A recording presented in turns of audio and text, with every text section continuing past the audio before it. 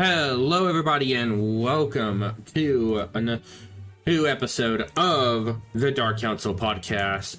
It is the Freelancer here with Jake. Yo! And we are here today to, we're starting off gonna be doing a kickoff to some on and off discussions that we will be propping up over the course of the next couple, probably the rest of this series, because there's a lot that we'll be covering with this, and definitely something that timeline wise I have been unable to nail the exact scope on due to dealing with a lot of computer issues.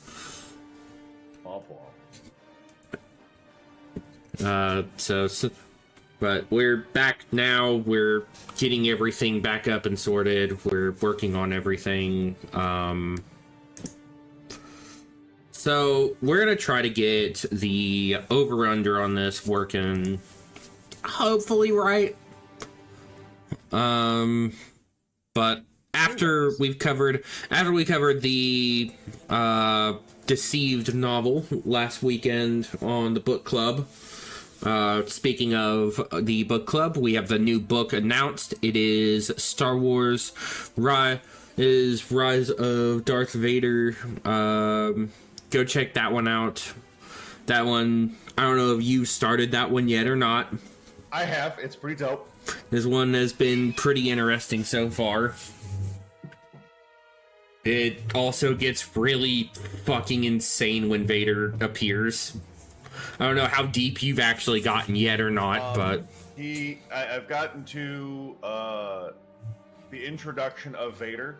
Okay, so Vader has just been shown off for the first time. Yeah. Okay, so you're past. So you're past that. Yeah, he definitely. There's a lot of complaining in Vader's segments. Like, Vader, bit of a bitch, complains a lot. outside portrayal, dope badass. Inner portrayal, everything sucks. Yeah. Inner monologue is, man, everything's bad forever now. And I get it. Yeah. He complains a lot. He's just like me for real, for real. Just like me, for real, for real. But that is the book club, but as of our last book club, we're officially going to start taking strides towards deep diving into the Old Republic era, which you will also see probable coverage of on the channel when we probably do the game after our next one, when we finish Bounty Hunter, because I know we've already talked about once we finish Bounty Hunter, we're gonna do Shadows of the Empire is the next one we want to do. Dash Rendar's I'm ride or die for Dash Rendar, dude. Yeah, we do like Dash Rendar out here. So we're gonna end up doing Shadows of the Empire as our next Freelancer couch once we finish Bounty Hunter, which probably is gonna be sometime late. I know we will be continuing it tonight because that is the particular Saturday that we are on. We will be live later tonight doing that sometime after me and Damien and Crafty wrap up doing Borderlands around 7:30-ish. Depending how long that stream actually lasts, but once we finish up the recording for this here, we will be going live with that. The VOD of that will go up onto YouTube. I believe I've made the other one up, but I believe I put the other one up, but if not, that's like, how much did we lose on that one? That's what, the first 3 levels of us struggling? Struggling? There was struggling had. I remember that much. I don't actually remember if I put up the thought of that, but I also remember we had a lot of scuff going into that one, so worst case scenario, that one may get a retry. If nothing else, because I know we were, at least for the stream itself, we were definitely in some scuff territory. Yeah. Yeah. Which is more the fault of a lot of bullshit going on with my system rather than the stream itself. My own internet plaguing me, my own internet connections plaguing me, and finally being able to get that fixed, I'm able to get back to streaming regularly. Internet connections resolved itself, so now I'm only partially scuffed in that regard. You're a little bit scuffed as a treat. Only as a treat. Please, we have a little bit of scuff. Only as a treat. But we're gonna end up doing we're gonna get through that. I'm also gonna make sure that we're running through this. I'm gonna make sure that things are set up on the, recording path's gonna have to change on my, that's fine. I had to look at the settings for OBS while we were doing this real quick, make sure my path was set, but I'll go back and rearrange that. I'm gonna make sure all that goes onto the external later. Because I literally just finished trying to get all my audio shit reoriented earlier, so yeah, that was my morning. It's rough, buddy. I also have to go in and play around with my editing software, make sure that's all set up and working again. And I also still have to rekey Twitch back to my OBS, so that's fun. Either case, we will be doing Bounty Hunter on the streams later. I know there's a lot of technical issues that have popped up, and I've not been able to get back into the formula like I had mentioned I wanted to. But now that everything is back up and running, the formula will be back to normal starting today. Today, the formula returns to normal, barring any outlandish possibilities. Good.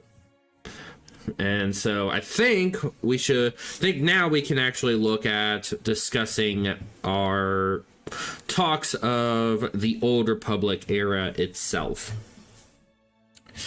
So, Hell yeah. here's actually a question I pose to you, Jake.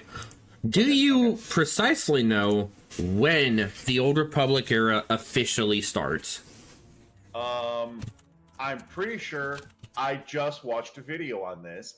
I believe it starts at 25,000 BBY.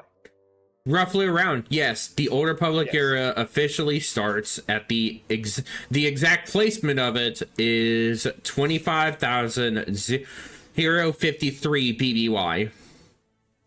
That is the precise. That is the precise point when the Old Republic era starts, also referred to as the Sith era. Yep. I watched a 12-hour deep dive into Episode 1, The Phantom Menace. Wild. That was a good fucking video. Oh my god. Deep dives into, like, droid parts, manufacturers, vehicles, weapons, people. Oh, perfect. Yep. You know, you have to throw that too. I have to throw that my way after this. Oh, absolutely. I currently am starting a 12-hour video deep dive on the first 40 minutes of episode 2. Now here's the other question I pose, because because 25,053 BBY is when officially the Old Republic era starts. When do you think it ends? I believe it ends.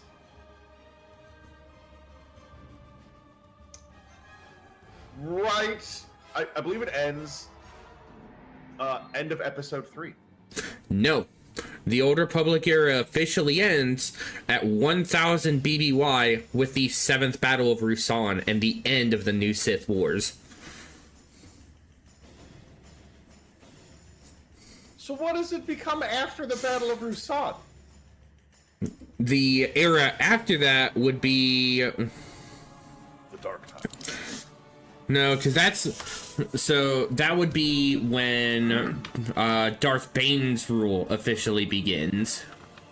When the rule of 2 is officially cemented. Everything from 1000 BBY after is when we start dealing with, like, rule of 2 stuff. So, the Old Republic is still there. It's just not the Old Republic era anymore.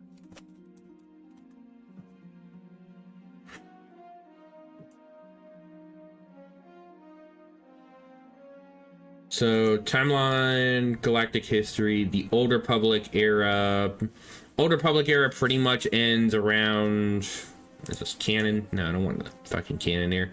I want the other one. So, the Old Republic era officially ends with 1000 BBY, which after that we start the Great Peace of the Republic. This is that grace period of roughly of over 900 years where the Republic is prospering, the Sith have gone into hiding, and we're just about, and ends just at 21.5 BBY or 22 BBY if you want to be pedantic. We're Star Wars fans. We want to be pedantic. We very much are.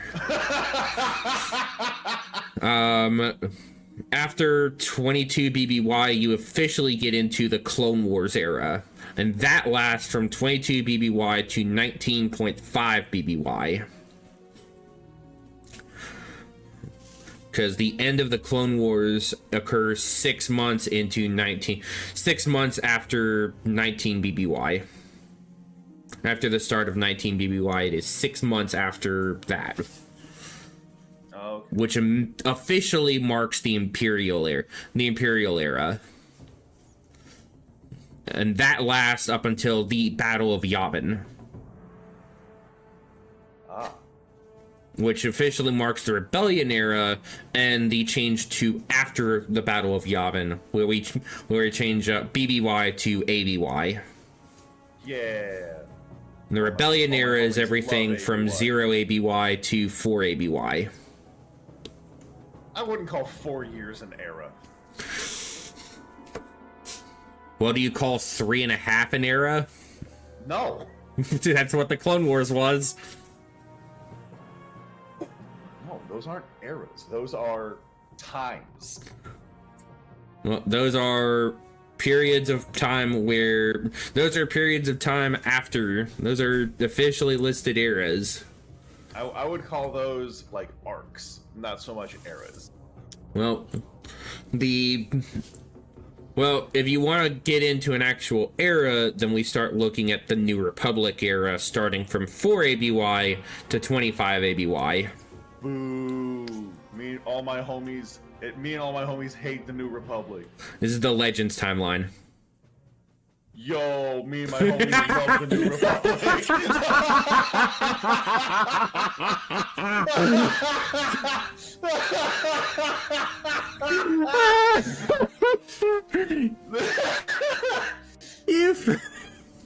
I literally said it earlier that I don't want the canon timeline. I'm looking for the Legends one. When this motherfucker starts spouting off, he starts going on the tirade of shitting on the canon era. And yes, canon Republic is ass. It sucks so much.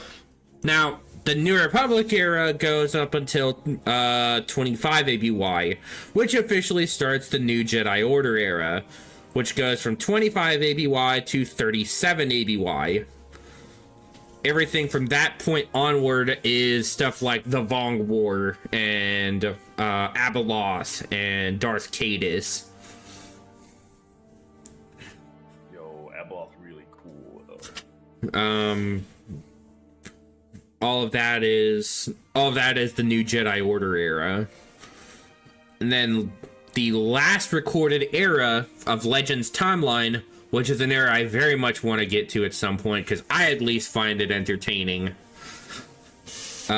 is the Legacy era, which goes from 37 ABY to 140 ABY. Yeah. That is everything after the battle with Abeloth, where the Fell Empire has been established, the New Jedi Restoration Act, Darth Kraid and all that stuff. It's also the focus of Cade Skywalker as the main character.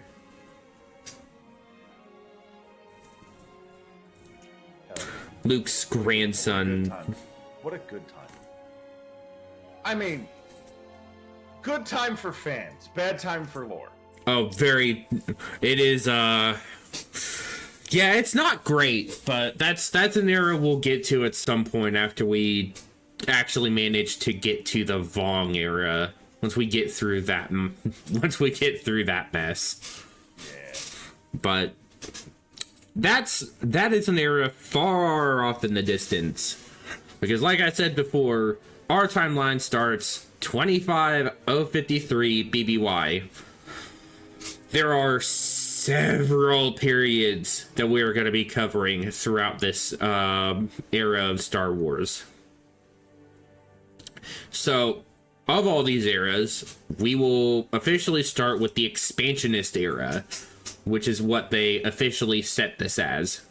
Everything prior to 25053 BBY is counted as pre-Republic era. Yep. Expansionist era officially starts when... This is where we're starting to see hyperspace travel is officially becoming a thing. Because Corellian scientists managed to reverse engineer the Rakatan hyperdrive. They stole it. This is where the official start of Star Wars space travel begins. This is where the fun begins. This is where the fun begins. Yeah, before then they were using like generation ships and like sleeper ships. This also is where the Galactic Republic is officially founded, with Coruscant becoming the official capital. Much to the dismay of those on Corellia. At this point, two major star lanes are also mapped. The Prelemian trade route, linking Coruscant with Ossus and the Tion cluster, and the Corellian run, ensuring the economic dominance of Corellia in the forming republic. Yep. Which the Corellian run forms the southern border of an area space called the Slice. I love that it's called that too. That's so cool.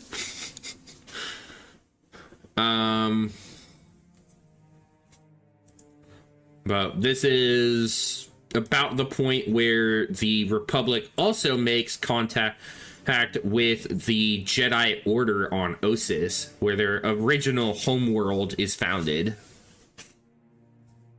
Don't you mean the Jedi? Nope, we are talking Jedi Order. Real Jedi. Okay. Yeah, this is the Jedi Order, because Jedi Order would have been founded on Tython originally. The Jedi Order would have been on Tython, which collapses after the Force Wars. And that's all pre-Republic stuff. We're not looking at that. Not yet, anyway. That stuff that could easily be scrunched into its own video is the sad part, but there's also the whole lot in terms of nonsense that goes into other shit before then. But yeah, no, this is officially where the Jedi Order is found on Ossus and makes contact with Republic scouts there. The Jedi in question who accompanies the scouts is Jedi Master Huan Tiar.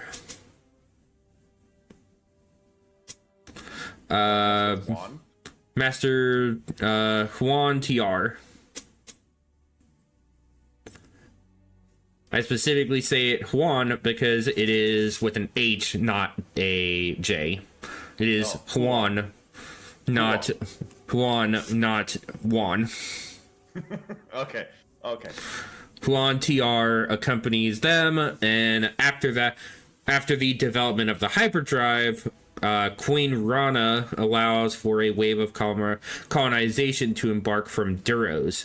Queen Rana, I guess, being the original ruler of Duros. Dude.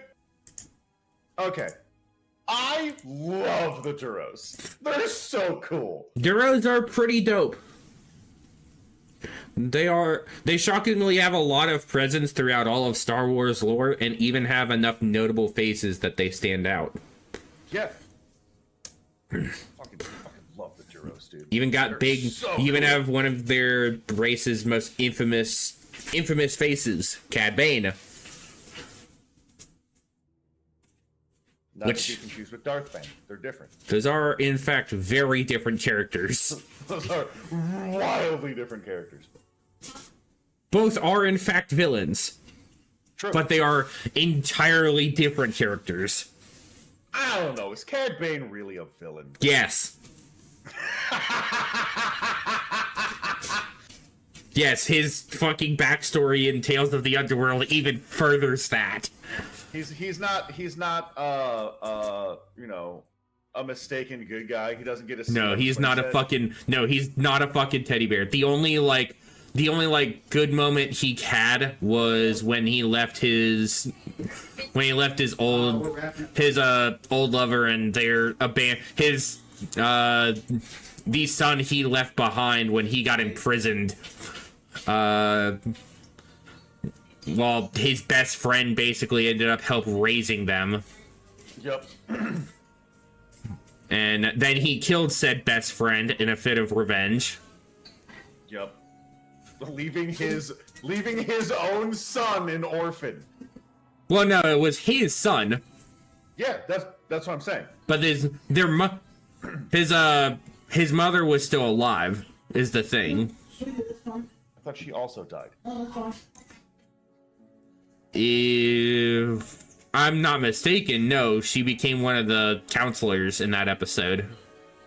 She was a city councilor. I was pretty sure she died. Fuck. You know what? I don't think she did because Cad Bane, girlfriend, not wife. Aaron was shot in Crossfire. Bane was survived and later married the Martian hero while pregnant with their child. Aaron was shot in blah blah blah. Okay. What the fuck is happening? Hold on. Okay, what was her name? Okay. Star Wars. No, okay. Well, I mean, she's been poopy for a week, so. Okay. Here we go. No, that's fine. Yeah, bring her by here. yeah, this is She eventually died sometime later after Isaac was born. okay. So So Nero raised Isaac on his own until Bane returned and killed Nero.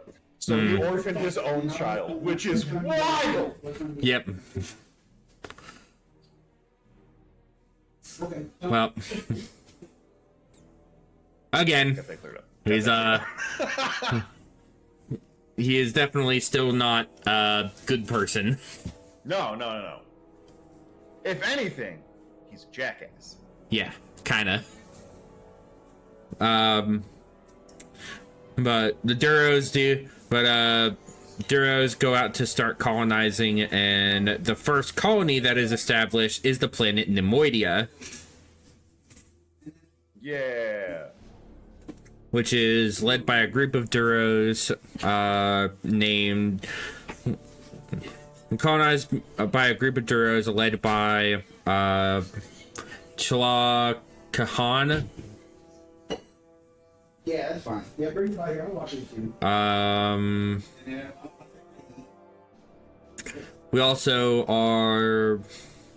We also see a instance of one of the Jedi falling to the dark side.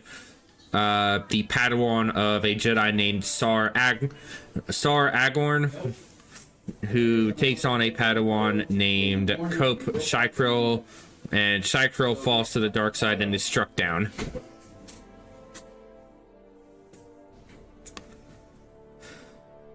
We then get to 24,500, where the first great schism erupts in the core worlds between the Jedi Order and the Legions of Leto. Members of the Jedi Order who seek to use the dark side against the Order's wishes. The Legion's leader, Zendor, originally asked for permission to create an academy for the study of Force techniques outlawed by the Jedi, and after their refusal, he founded the Legions on Leto, prompting the Order to declare war on them. Schism sees Zendor's death at Colomus, and the conflict ends not long afterwards as the Order invaded Leto.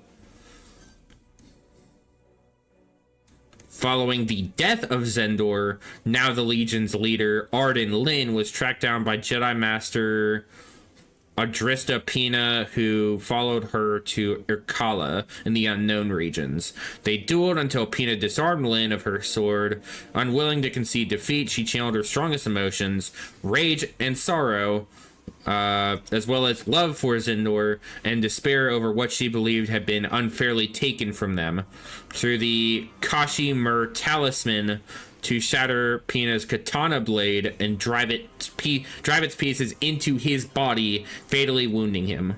However, Pina was able to use the technique of Morikro to stop Lyn's heart before he died. Which is, very, scary technique. Yeah, a little bit. That's not a technique you see used a lot these days. That's not a technique the Jedi would show you. It's not a technique the Jedi in this day and age would show. No. That's as bad as turning your lightsaber off mid-fight in order to kill somebody. We then jump another 500 years to where we enter the Taiwanese War. This is where the Taiwanese unite as the Honorable Union of Desevro and Taion and attack the Republic, storming down the Prelemian trade route. The Republic begins producing warships at core shipyards, but the Taiwanese push into the heart of the Republic and bomb numerous worlds. The Republic ultimately repels them with a desperate counterattack by numerous core systems, sparking a series of offensive and counteroffensives that last around a century. And yep, after 100 years, the Taiwanese War comes to an end as the Republic devastates the worlds of the Taion cluster. Though the Republic's sterilization of Desevro prompts the Jedi to break with the Republic negotiates with the Jedi, who eventually agree to serve as the Republic's watchmen.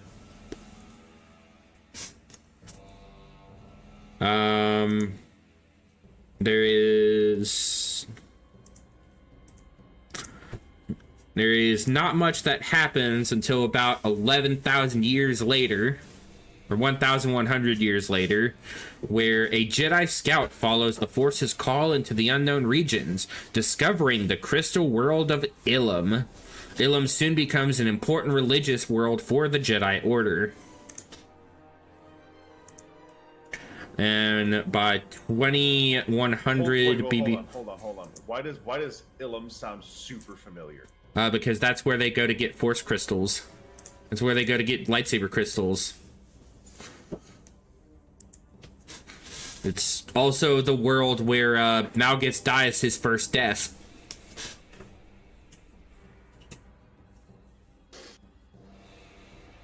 Okay, so okay, I remember. Okay, I heard it in SWTOR. Yeah, it's a world. The end game. It's the end game war. The first of the end game worlds for SWTOR. Like once you clear the story, you go to Ilum, and you have to do a whole storyline there, ultimately leading up to a fight with Darth Malgus. Okay. Which is where he is originally defeated the first time before the story brings him back later. Plot convenient. Which we will probably mention here as we get deeper in, but before we hit what is known as the Great Manifest period, the last piece of like notable information is that 20,100 BBY, we reach the point where most of the colonies and the Inner Rim have been settled. Okay. We then get to 20,000 BBY, where the Great Manifest period begins, sparking an era of expansion for the Galactic Republic and the widespread colonization of the area of space known as the Slice. Yeah. What a cool name. I'm gonna say that's a cool name for an area of space. Let's see. We get the first recorded world in this period that is marked is Eddy 4, which is settled by Republic dissidents fleeing corruption in the core worlds. The planet Metalos attempts to establish a hyperlane known as the Metalos trade route that connects it with Coruscant and points westward to Orturo.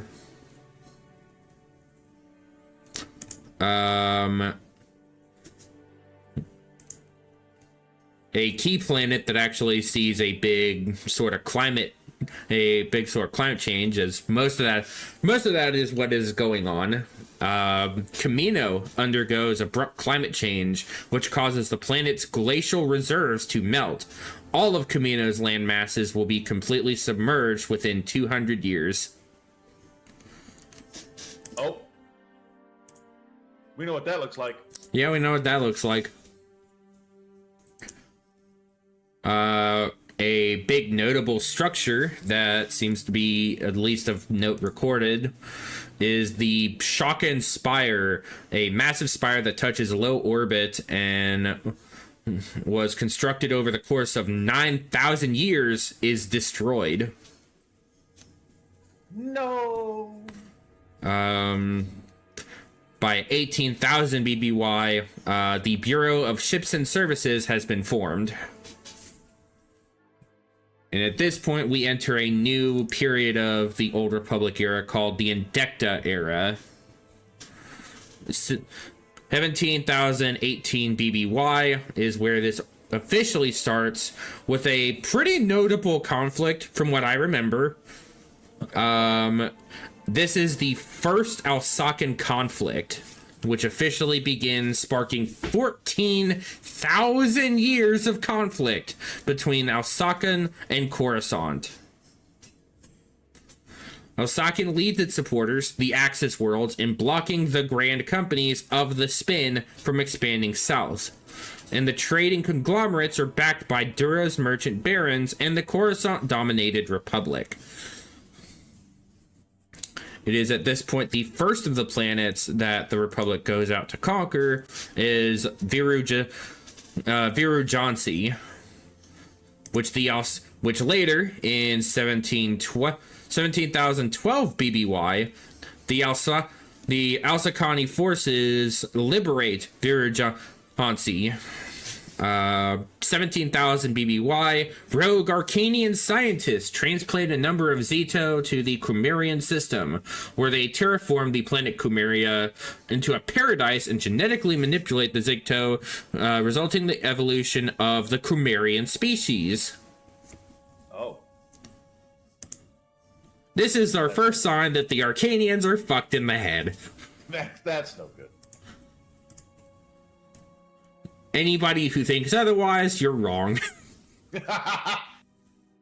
16,921 BBY, the Battle of Kess, the only direct armed conflict between the Republic and Alsakan during the early Alsakan conflict. 16,820 BBY, first siege of Porus Vita occurs. 16,800 BBY, the siege of Belasco occurs. 16,782 BBY, the Celebratus archive is founded on the planet Aurora Sky.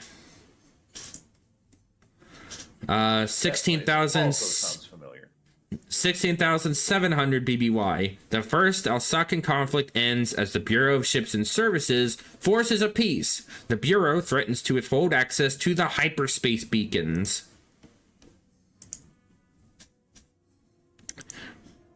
500 years later, the second Alsakan conflict begins. Who'd have thought? And then the second siege of Porus Vita occurs. The second siege occurs in 16,100 BBY, and by 16,000 BBY, the second Alsakan conflict's Geyser campaign occurs. 15,600 BBY, the core campaigns, part of the Second Alsacan conflict, take place. 15,500 BBY, the Dwynagwyn contention, Republic scouts encounter the Dwynagwyn or Star Dragons near Murkana and incur the Leviathan's wrath. The Star Dragons attack Coruscant, sparking mass panic, but Supreme Chancellor Filorine contacts the attackers and upon discovering they are sentient, negotiates a peace with philosopher Bors Matteau. Filorian and Bors Matteau collaborate to found the University of Coruscant. 15,480 BBY, the Strontium raid on Abhian occurs. 15,400 BBY, the Second Alsacan conflict comes to an end. The Kimundon era officially begins, which this is one of the various minor periods in this era. 15,000 BBY, the Kimundon era begins. The Animids of Yablouri join the Republic. The Hutt cataclysms come to an end. By this time, the Hutt world of Varl and the other colony worlds are lifeless wastes, forcing the Hutts to relocate to Evokar. For those of us who played SOTOR, we know what that means.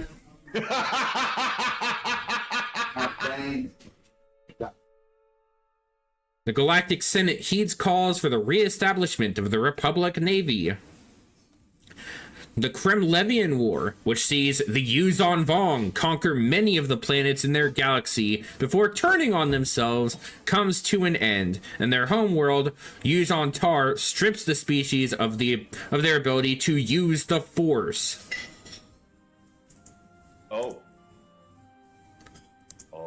Yeah. That's a problem. The Aquila and Kuara species fight a civil war, but unite when an off-world exploratory vessel lands on Ando. The united Aquilish species kill the explorers and take their ship, learning to reproduce it. A few decades later, the Aquilish embark on a campaign of conquest, but are quickly stopped by the Republic. Yeah. Who'd have thought, hey, we just got to space, like, not too long ago. We could take on the Republic, says the Aquilish, unknowing of what they're about to do. Dartag, later more commonly known as Necropolis, is first settled by a religious order who are appalled by the way that core cultures have grown more similar to each other. They set aside parts of the world for each culture and invite any culture to inter their dead on the planet in their specific tradition. Kind of based. That's pretty dope.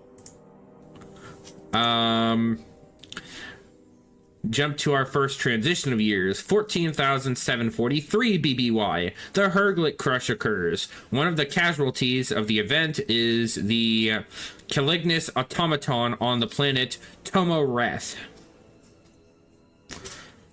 14,500 BBY. The Third Alsacan conflict begins with the Commodore Run campaign.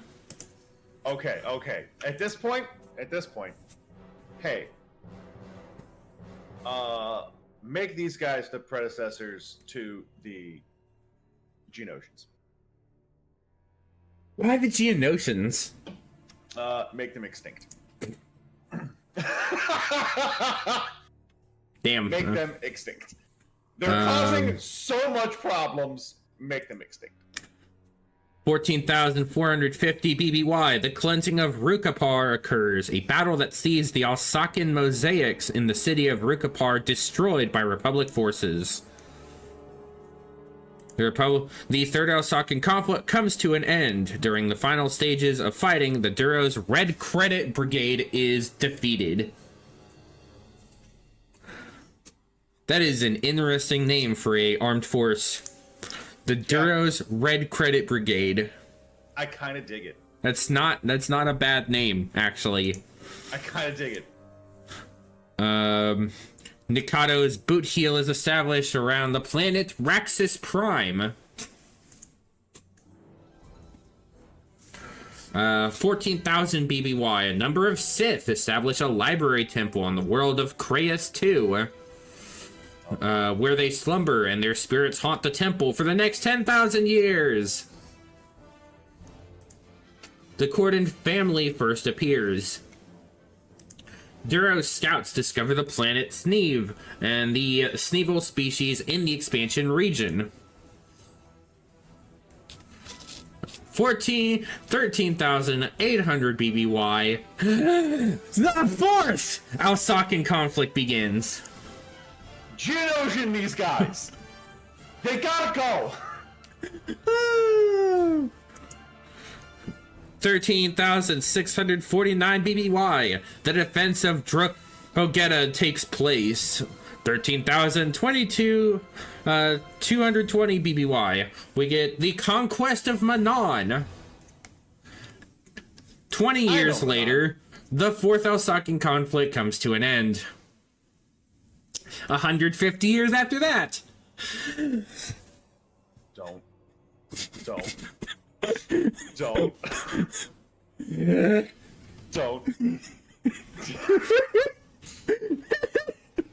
Don't you dare. The fifth Alsacian conflict begins. You know what? Geonosians have it too easy.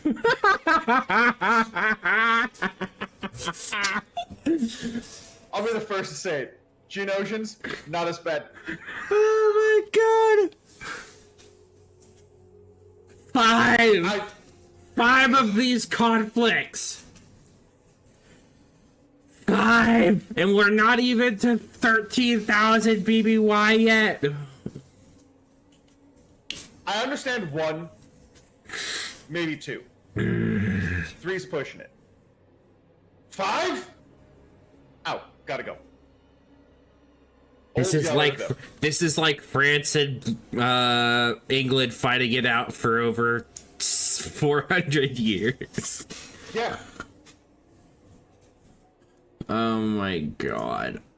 Except on a galactic scale. They gotta go. 13,000 BBY. The Herglic Trade Empire joins the Republic, sparking development around the Hidaki Pool route.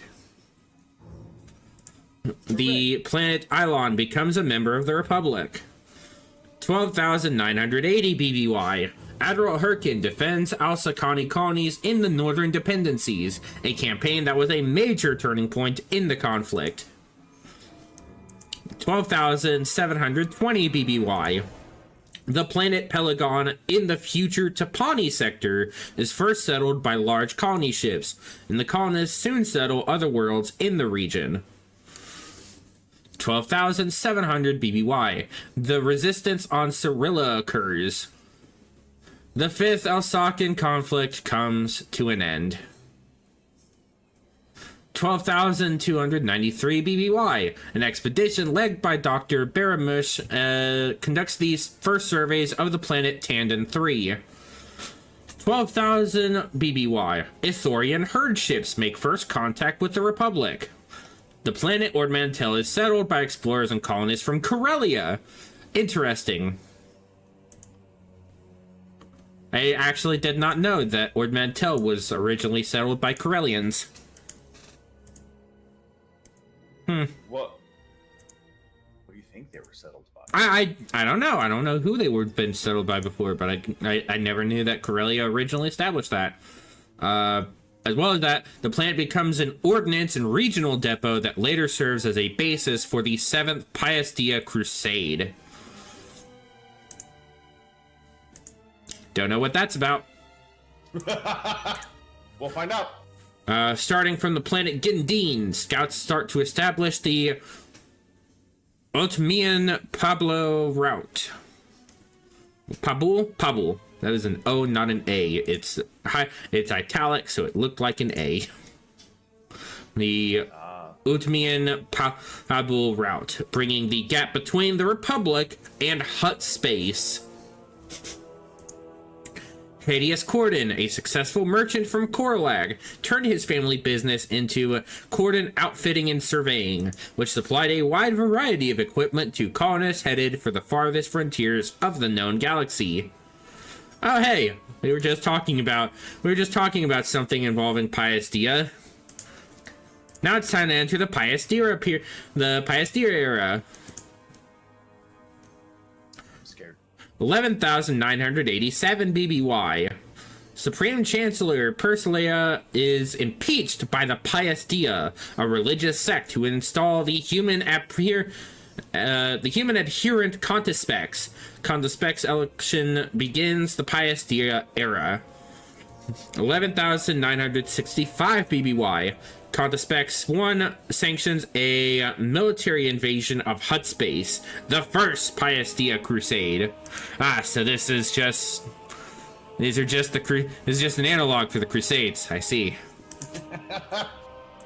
What land in the Hutt space is considered the Holy Land? I don't know. Apparently all of them. Nalhada. The Crusade is the first of a series of Paiustia crusades that are military crusades against alien species by the increasingly Paiustia Galactic Republic. 11,947. I fucking skipped a number there. Brain went a little dyslexic on me. There's a lot more popping up in this era, so numbers are a lot more. The jumps are a lot less there's a lot less like big jumps in this one. This is actually probably one of the first ones that we've seen where I've seen it's like more consistent with like 3 to 5 year jumps. Like it's not huge 100,000 year jumps anymore. We're looking at like the most you're seeing is like 12 years. Like 12, 13 years difference in some of them on average. It's because more is happening. There is a lot happening. 11,947 BBY. Contispex 1 steps down as Supreme Chancellor and is succeeded by his son, Contispex II. That's be the first. I thought that was... Okay, no, I'm stupid. We're a little stupid out here. Hey, it happens. 11,939 BBY. Contispex II sanctions the third Paiustia crusade. Yet another invasion of Hutt space. Who'd have thought? I guess the second one wasn't worth mentioning. The second one, it was just one. It was just, ran in, I guess. Leroy Jenkins. One dude run in. 11,000. Yeah, sure, that's a crusade. Sure. 11,933 BBY. The Jedi Order retreats to Ossus and severs all ties with the Paiustia. The Paiustia dominated Republic, beginning their recusal. That is a word. Do not hear that word a lot. That is a word. That is a word. A number of Jedi who are loyal to the Paiustia form the Order of the Terrible Glare and settle on the planet Garn. What a terrible name. Well, they are the Order of the Terrible Glare, so... I guess they weren't all...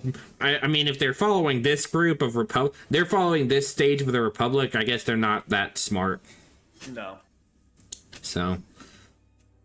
But anyway, we get to 11,920 BBY, and we see the fourth Paiustia era begin against the Hutts once again. Now we get our first considerable jump. We get our... The Hutts hate the Republic. We get our first considerable jump. 11,884 BBY. The seventh Paiustia Crusade, also known as the Great Northern Crusade, begins against the Zabrak and other species native to the northern region of the galaxy. That's why they had Ord Mantell as the staging ground.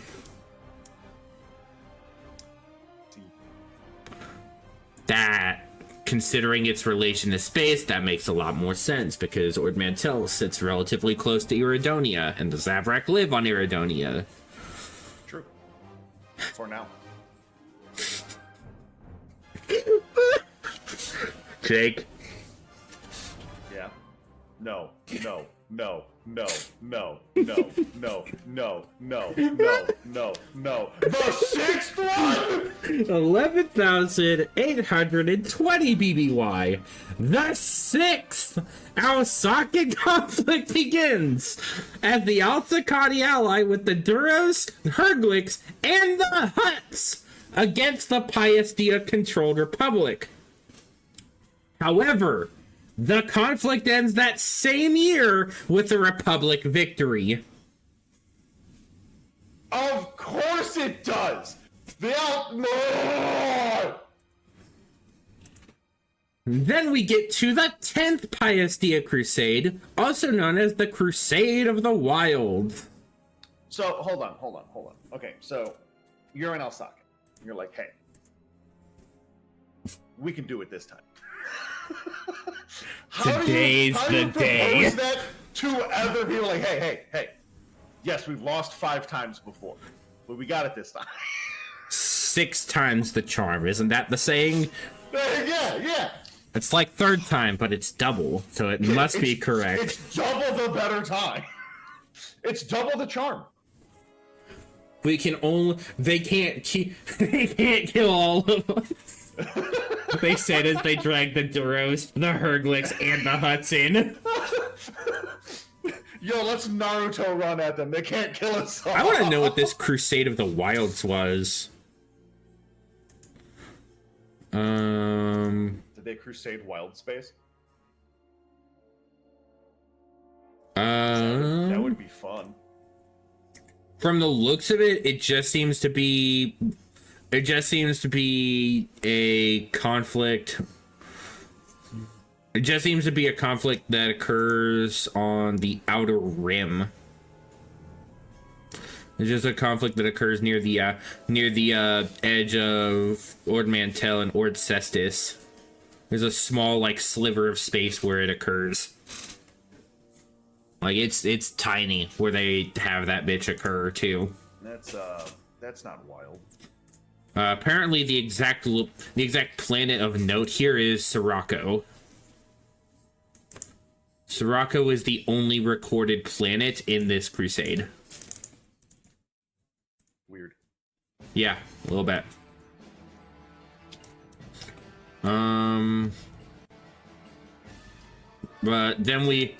But the one after that, 11,708 BBY, the colonial era of the Topani sector ends, beginning the 12 Kingdoms era.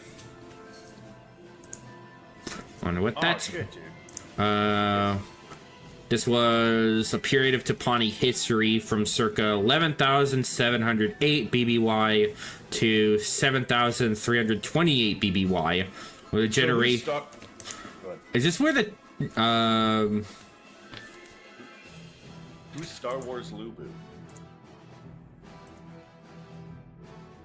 I knew you were gonna say it. I knew it was coming. So the worst part. So you want to know something wild?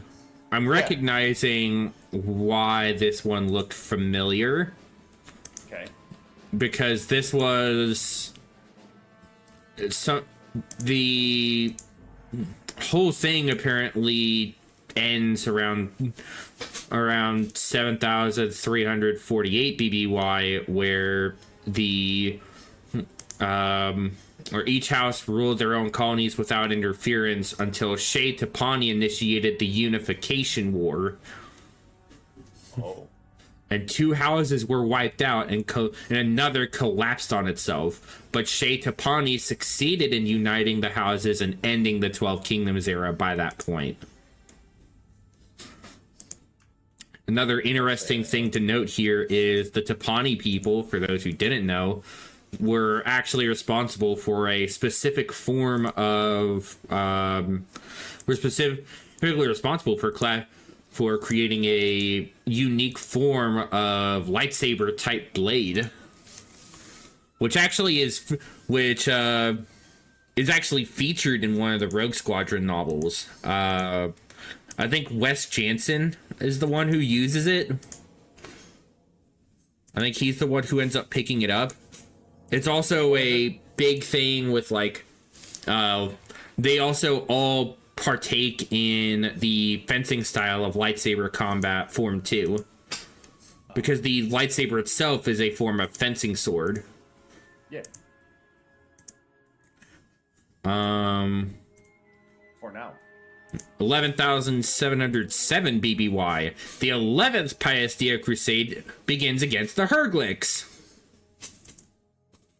11,660 BBY. The 12th Pius Dia Crusade against the Zarakians and the Terrasans. Yep, Terrasans. Why does this just feel like Abaddon? Maybe. All these fucking crusades? Well, I don't think Abaddon's gotten to 15 yet, but we'll get there. Not yet. Because there's more beyond the 15th. Republic forces conduct an orbital bombardment of Zaracena 3, and during its turning its surface into an irradiated wasteland and forcing the native Zaracians into a nomadic existence. 11,600s. The Republic citizens fleeing the Pius Dia settle the planet Prevspelt 4. Which actually becomes a pretty big, like, inner rim. I think that's actually one of the inner rim, like, Imperial academies in the later era. I think it's also where there's a mission in the Rogue Squadron video game is on Prevspelt 4. That sounds right. That sounds familiar. One of the Rogue Squadron games, I think, has a mission out there. 11,591 BBY. The 15th Pius Dia Crusade against the Baragwen begins. 11,198 BBY.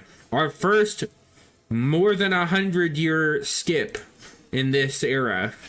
The 23rd Pius Dia Crusade begins against the Bothans and the Lanix.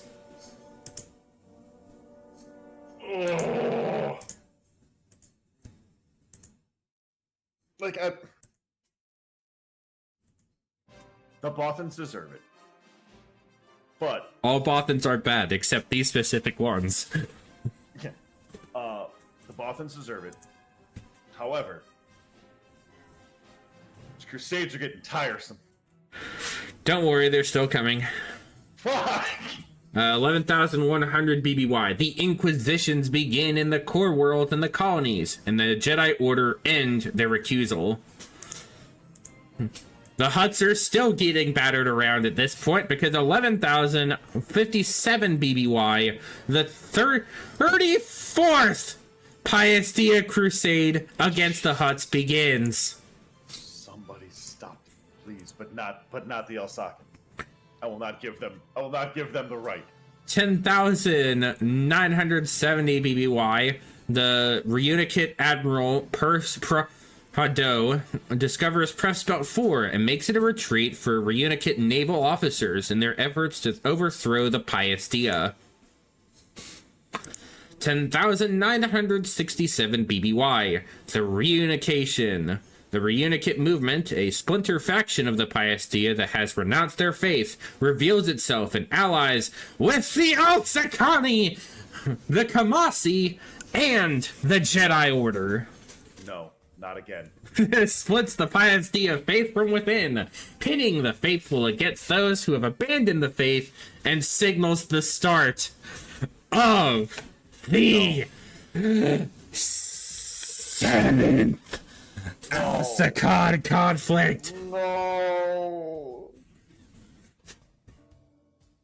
How many times they gotta teach you this lesson, old man? 7 times, Jake. I hate it here. Reunicate forces clash with faithfuls at Fondor, Ixtlar, and Cirilla, supported by the Jedi, Alsakani, Duros, Herglics, and Hutts. by 10,966 BBY, the Bureau of Ships and Services seed the Republic Navy with rogue navicomputer codes, which forces the Paiustia ships to jump randomly to hyperspace and become lost forever. Oh. At the Battle of Uqueen, the Reunicate forces annihilate the remaining Paiustia ships. The Jedi capture Contispex. Oh, is that Contispex the 19th aboard the Flame of Synthara, taking him to Kamas, where he stands trial and is imprisoned, thus ending the Paiustia era. Oh, God. We now enter the Ductavis era. Ductavius? Ductavis. Oh. I got excited. Where we see Grandmaster Biel Ductavis assume the position of Supreme Chancellor in the year 10,966 BBY. His ascension heralds the end of the Paiustia era and the start of the Ductavis era. 10,000 BBY. There's a lot that happens here. Strap in. Okay. The historian Vicendi compiles a list of the 20 wonders of the galaxy for his Arturum Galactinum, a work commissioned for the Republic's anniversary. Rylos officially enters the Galactic Republic. The Grand Species begin to record their history. The planet Amud is settled as a religious retreat by colonists from Thokos. The Kumari Empire comes into conflict with the Republic, deploying planet-busting battleships with mass drivers, though they are defeated. Oh. The planet New Plimto and its Nosarian inhabitants are discovered by Corellian traders. And the last bit of this one is Madelon is discovered and becomes a principal component of hyperdrive manufacturing. We jump to 9,757 BBY. The Republic rocket jumpers participate in the second Herglick feud. 9,400. This one is the general for this one. Planetary shielding begins to see widespread use across the galaxy. Oh, dope. This is the first official instance of planetary defense systems being established. 9,349 BBY. The Corden family officially becomes the noble House Corden. Around the 9200s, the second form of planetary defenses are established in the first forms of planetary turbolasers. Hell yeah. We enter a shorter period, and I think this is going to be the trend on and off for a while before we enter... I think this one's probably going to be the first big one, but... we enter one of the smaller periods, which is the Reunitas period. Jirok Veslia joins the Republic. That's pretty much all that happens between 9,000 and 8,000 BBY. That is everything of note that occurs there. We then get to the Subterra period. Around 8,000 BBY, the Subterra period begins. The planet Malastare officially becomes a member of the Galactic Republic. The planet Elrud is colonized by the Galactic Republic. Goroth Prime is discovered by Corellian pirates. And the star Kolu expands, swallowing the planet Clactor 1. 7,811 BBY. The Waymancy Storm occurs, a conflict between the Galactic Republic and the signatories of Waymancy, where the Republic appears victorious after the Victorious Republic reverse engineered the Sisters of the Machinesmith's power generator technology to develop far more powerful turbo laser weaponry. I feel like the name Sisters of the Machinesmiths would be the closest you get to like a sororitas mechanicus call, like Yeah. like their version of like a tech marine. Yep. That sounds like a sister's version of a tech marine. Absolutely. I honestly, if 40K ever does that, I think I'd be okay with that name, or a name close Absolutely. to that. Yeah. Fuck yeah, dude. That's dope. It'd be kind of cool. 7,000 around the 7700s. The Verpine Master Crafter Lynn Scutro pioneers the squint pipe process for power generators, having reverse engineered the Waymancy hollow technology. As a result, shielding technology become important in combat, evolving from simply protection against environmental phenomena. This is the, I guess, first instance of combat shielding. Hell yeah. 7500s. Further refinement of the squint pipe process allows for increases in shield power and regeneration. And of course, as we mentioned before, we hit the point of the Unification Wars, where Shea Tapani begins to end the 12 Kingdoms era of the Tapani sector. 7328 officially sees this war come to an end at the Battle of Shindra's Vale, and Shea Tapani unites the Expanse under the banner of the Tapani Empire. He establishes his government on Procopia, and it also dictates the Shea Tapani University on Estal Island, shortly after the Empire's founding. 7308 BBY, the Tapani Empire establishes a university system on the planet Murst, which was recently discovered by Republic and Tapani scouts. 7003 BBY. We got 7003 BBY. The Second Great Schism occurs as a number of Dark Jedi split from the Jedi Order. Oh no.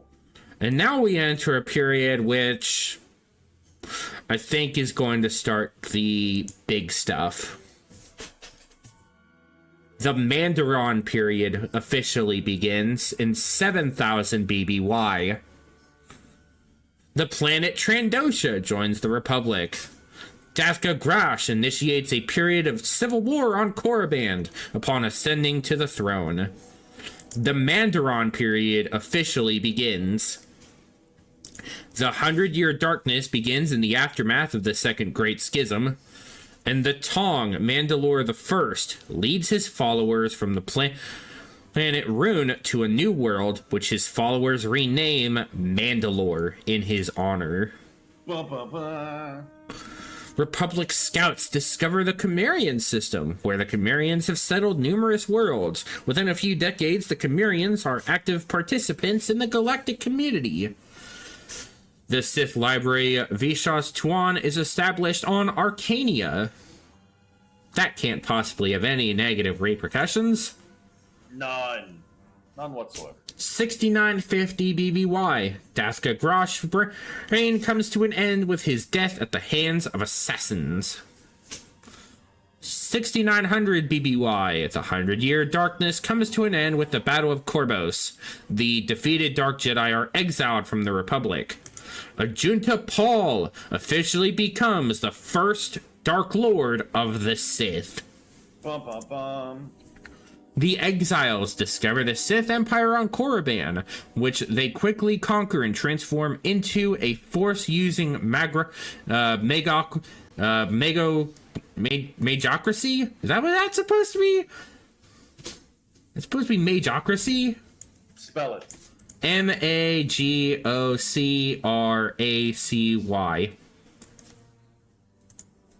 Form of government in fantasy settings where power is held by those with magic abilities. So it is supposed to be. So it is supposed to be magocracy. Yep. So we're the space wizards. We're the space wizards. We're in charge. Fuck everybody else. Magocracy. Magocracy. 6740 BBY. The crystal world of Megiddo is discovered by the Republic. Man, Megiddo's so cool. It gets such a bad rap. I mean, doesn't have a whole lot that really comes up outside the expanded lore. So, kind of the unfortunate draw for Mygeeto there. We get a period throughout the 6700s. Mandalorians drive the Fenelar species to extinction after raiding the planet Fennel, and they arm themselves with Fenalier technology. The 6100s, the planet Tyon is depopulated and its surface largely incinerated by this time after centuries of conflict between the Mandalorians and the Tionians. 6100 BBY, the planet Seleucami is first colonized. By 6000 BBY, the planet Eshian has been settled by this time. An intelligent life appears on the planet Alteria in the form of the Alteri and the Inarians. 5975 BBY, the planet Doran, home of the Keldor, joins the Republic. And by 5500 BBY, the Rima trade route is officially established as the first new trades, the third official trade route in major hyperspace lanes, established by Sullustan pilots and Given theorists, ushering in widespread colonization of the southern galaxy. Alongside that, the Corellian trade spine is fully established, further extending the ancient hyperroute that links Corellia and Duro all the way out to the edge of the galaxy. Yep. 5451 BBY, the Pathander Fury occurs as the Mandalorian Crusaders raid Republic settlements. 5300, the Jedi Order establishes a training center on the planet Mustafar. 5130s, the Nakat incursions, a border conflict instigated by the Mandalorians occurs. 5103 BBY, the child Tenebrae kills his father, Lord Dremeth, and embarks on a conquest of Nathema. Uh-oh! Now big waves have officially started. Big waves are starting now. Big money moves! 3 years following that, the Dark Lord of the Sith, Marka Ragnos, appoints Tenebrae ruler of Nathema, granting him the title of Lord Vitiate. Uh-oh! 5010 BBY. Teta ascends to the throne of the planet Koros Major, and soon begins the Unification Wars in an attempt to unite the 7 worlds of the Koros system under her rule. The post-Mandaron period. Starting in 5000 BBY, the Unification War comes to an end, with the Koros system united under Empress Teta's rule. Belsavis enters an ice age. Marka Ragnos dies, prompting a duel between the rival Sith Lords Ludo Kresh and Nagasado. Both seek to succeed Ragnos. As Ragnos' spirit looks on, Sadao emerges victorious and is anointed the new Dark Lord of the Sith. The Great Hyperspace War officially begins. No. A galactic conflict between the Republic and the Sith Empire erupts when 2 young hyperspace scouts, Gav and Jory Aragon, accidentally make contact with the Sith. This is the first official recorded conflict between the Republic and the Sith Empire. Yep. And I found out why that was. When the Sith retreated, they lost the hyperspace lanes to leave that sector of space, so they couldn't get out. Following this, the Mandaron period ends. Sadao proceeds to instigate the Great Hyperspace War in hopes of conquering the Republic, invading major Republic worlds such as Coruscant and the Koros system, along the Dragon Trail the Daragon Trail. Again, the dyslexia kicked up. I'm reading too fast. The Daragon Trail hyperlane. I think the Dragon Trail Hyperlane sounds a lot cooler. That sounds way better. We also are introduced to, we also see one of many super weapons officially constructed that we would, I believe we've actually discussed this one. The Dark Reaper. Have we discussed this one? I do believe we talked about that one in our episode on super weapons. Do believe we talked that one.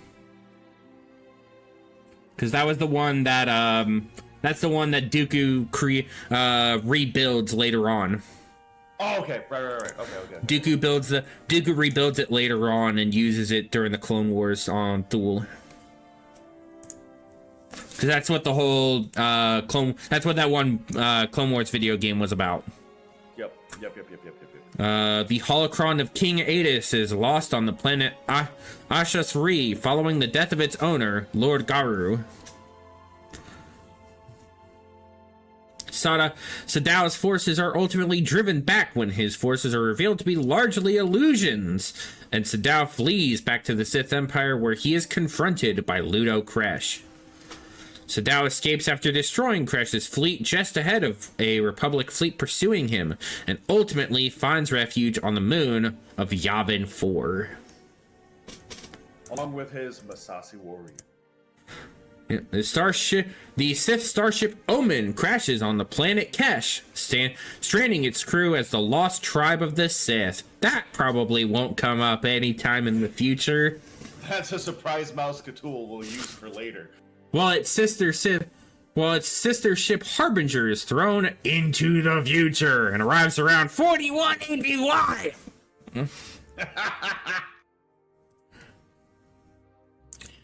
Supreme Chancellor Poltimo orders an invasion of the Stygian Caldera to wipe out the remains of the Sith Empire.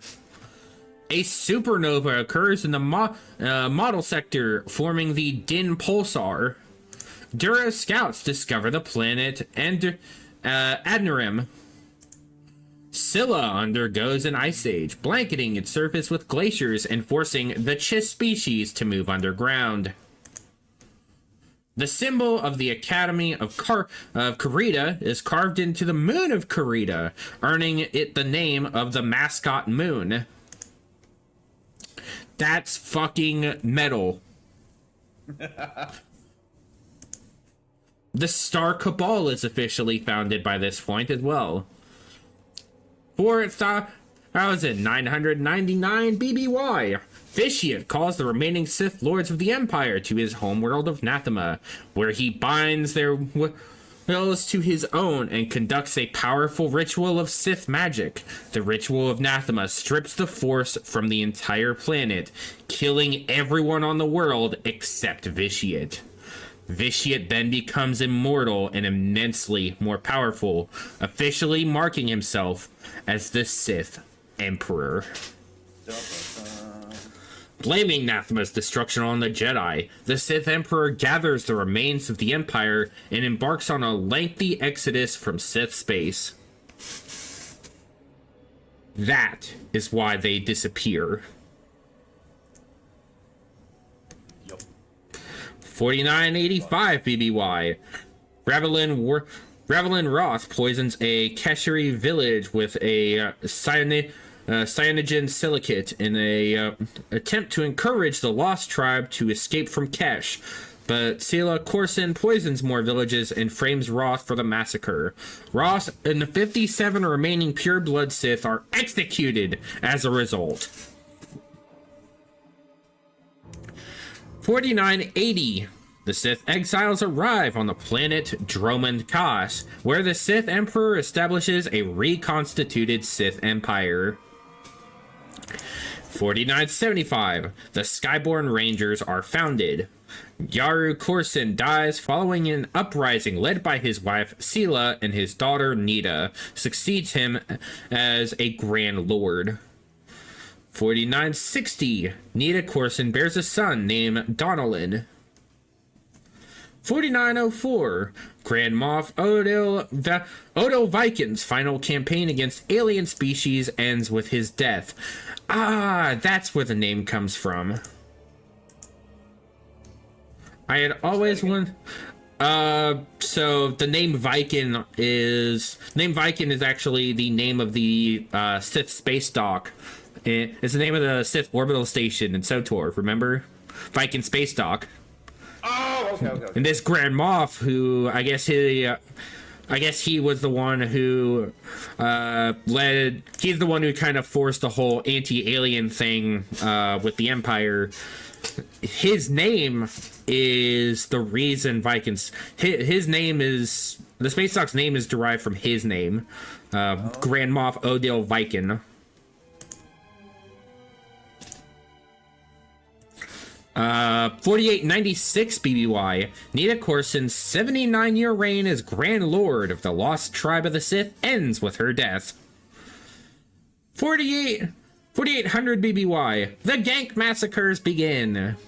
With the discovery of the Spice Rail, the newly discovered porpite species is whipped into a homicidal frenzy by the Spice, prompting various factions to hire mercenaries from the Gank species to protect them. The Gank exterminate the porpites and went on a violent rampage of their own. I heard Gong. Nope. And I Gank. was very confused. Nope. Gank. They're those crazy droid dudes that Rogi tried to play, remember? They're those crazy wolf droid dudes that Rogi tried to play. Yeah. They're fucking cool. Insane. Fucking metal as shit. 4789 BBY. Master Jumper Barkin leads a group of Republic rocket jumpers on a combat mission during the Gank massacres. 4775 BBY. The Gank massacres are brought to an end by Jedi Knights and the Juggernaut War Droids. Droids commissioned by Chancellor Vokatara to assist the Republic against the Ganks. 4645 BBY. The Sith Lord Darth Dreer establishes a Sith Academy on Odesser Faustin. That couldn't possibly be anything horrible. Nope. There's totally nothing horrible about any of that. It's fine. We're fine here. How are you? We're keeping that isolated. That doesn't exist. It didn't happen. Everything is fine. Under the temple, however, he does build a secret room to store his holocron. 4606 BUI. The Sith Lord Keleth Orr is killed for his heretical light side teachings by the Sith Emperor, and his body is entombed in the Dark Temple on Dromund Kaas. For those who are unaware, by the way, Keleth Orr actually exists. There's a holocron. You can actually get the holocron of Keleth Orr in the Dark Temple when you go to Dromund Kaas during the game. During the early game, his tomb is in there. Oh, cool. Wait, whose tomb? Say it again. Keleth Orr. Keleth Orr. He was a Sith who tried to teach both the ways of light and dark. Okay. Now I know what you're talking about. Yeah, he has a hologram in. There's a whole mission where you're supposed to get his, where you're sealing a bunch of these old tombs, and when you get to the last one, a hologram pops up, and a recording of Keleth Orr is projected that establishes that his body lies here, but he has the ability to provide information that the Sith could potentially use, and that being that he has learned to use both light and dark. But he is ultimately killed by Vitiate, and is entombed in the Dark Temple there. So 4600 BBY. Roughly around this time, a group of Jedi, including the Dwenaguin Willem Lewin, establishes the Tean Praxium on the planet Tea 4. 4598 BBY. The core of the Black Codex is created. I have no idea what the fuck this is. What the fuck is this? The Black Codex was a data storage system used by the secret Star Cabal, and its core dated 900 years old by the time of the Cold War. During that time, it was constantly augmented with new technology and contained the collective secrets of the Cabal's conspiracies around the galaxy. Its data allowed the group to maintain its... Oh, I know exactly what this is now. This is... I also now am establishing what the Star Cabal are. I'm now aware of that. They're the villain. They're the final villains in the Agent storyline. They're the fucking They're the fucking Star Wars Illuminati. And I say that with all fucking seriousness. Your final villain is not the Empire, it's not the Republic, it's not the Sith, it's not the Jedi, it's this group of corporate fuckos, nobles, and various, like, rogue force users who have established this secret group that run and have orchestrated the galactic conflict to reignite between the Jedi and Sith. They're behind the scenes, pulling the strings. And the agent finds out about one of their members, one of their leading core members, after he is nearly killed by them, and working with former ISB agents and a rogue splinter group from the Imperial Intelligence Bureau. Your character manages to go through this whole bit. You know what? We're going to go through that at some point, because I definitely want to play this fucking agent storyline. I'm sorry. I want to go through that. I want to go through the whole bit. But I want... Because that storyline alone gives you 5 different possible endings you can go through. There are 5 total endings in that story alone. Yeah, everything I've heard about the Agent storyline, because I got the Huff, but I never actually finished the game for that. Dude, the Agent I heard it's is... the best one. The Agent is definitely... Personally, I still stand that the Warrior is my favorite, but I like those badass, like, Warrior stories and cool Sith characters. Yeah. So, the Warrior, for me, ends up being one of my favorites of all time. But the Agent is definitely my second. Like, of a top 3, it's the Warrior, the Agent, and the Knight. Fair. Those are the 3 core storylines that are, like... big for me. The Trooper and then the Smuggler probably come in as the 4th and 5th if I'm doing top 5. Bounty Hunter, unfortunately, does not break top 5. I do kind of like the Bounty Hunter storyline, though. Bounty Hunter, to me, ends up being one of those, like, you really just don't win as the Bounty Hunter. Because every time you get a major victory, you get fucking digged in the fucking knees for it. Yeah.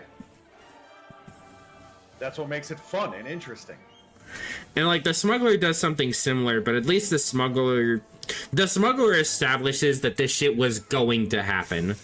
The Bounty Hunter will, like I said, we'll do all those, because we are going to do those storylines on the channel.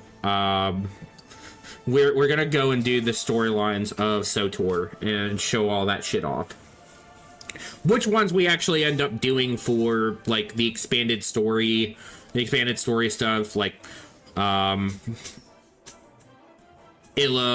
Makeb, Shadow of Revan, all that stuff. That will entirely depend on that I'll probably leave open.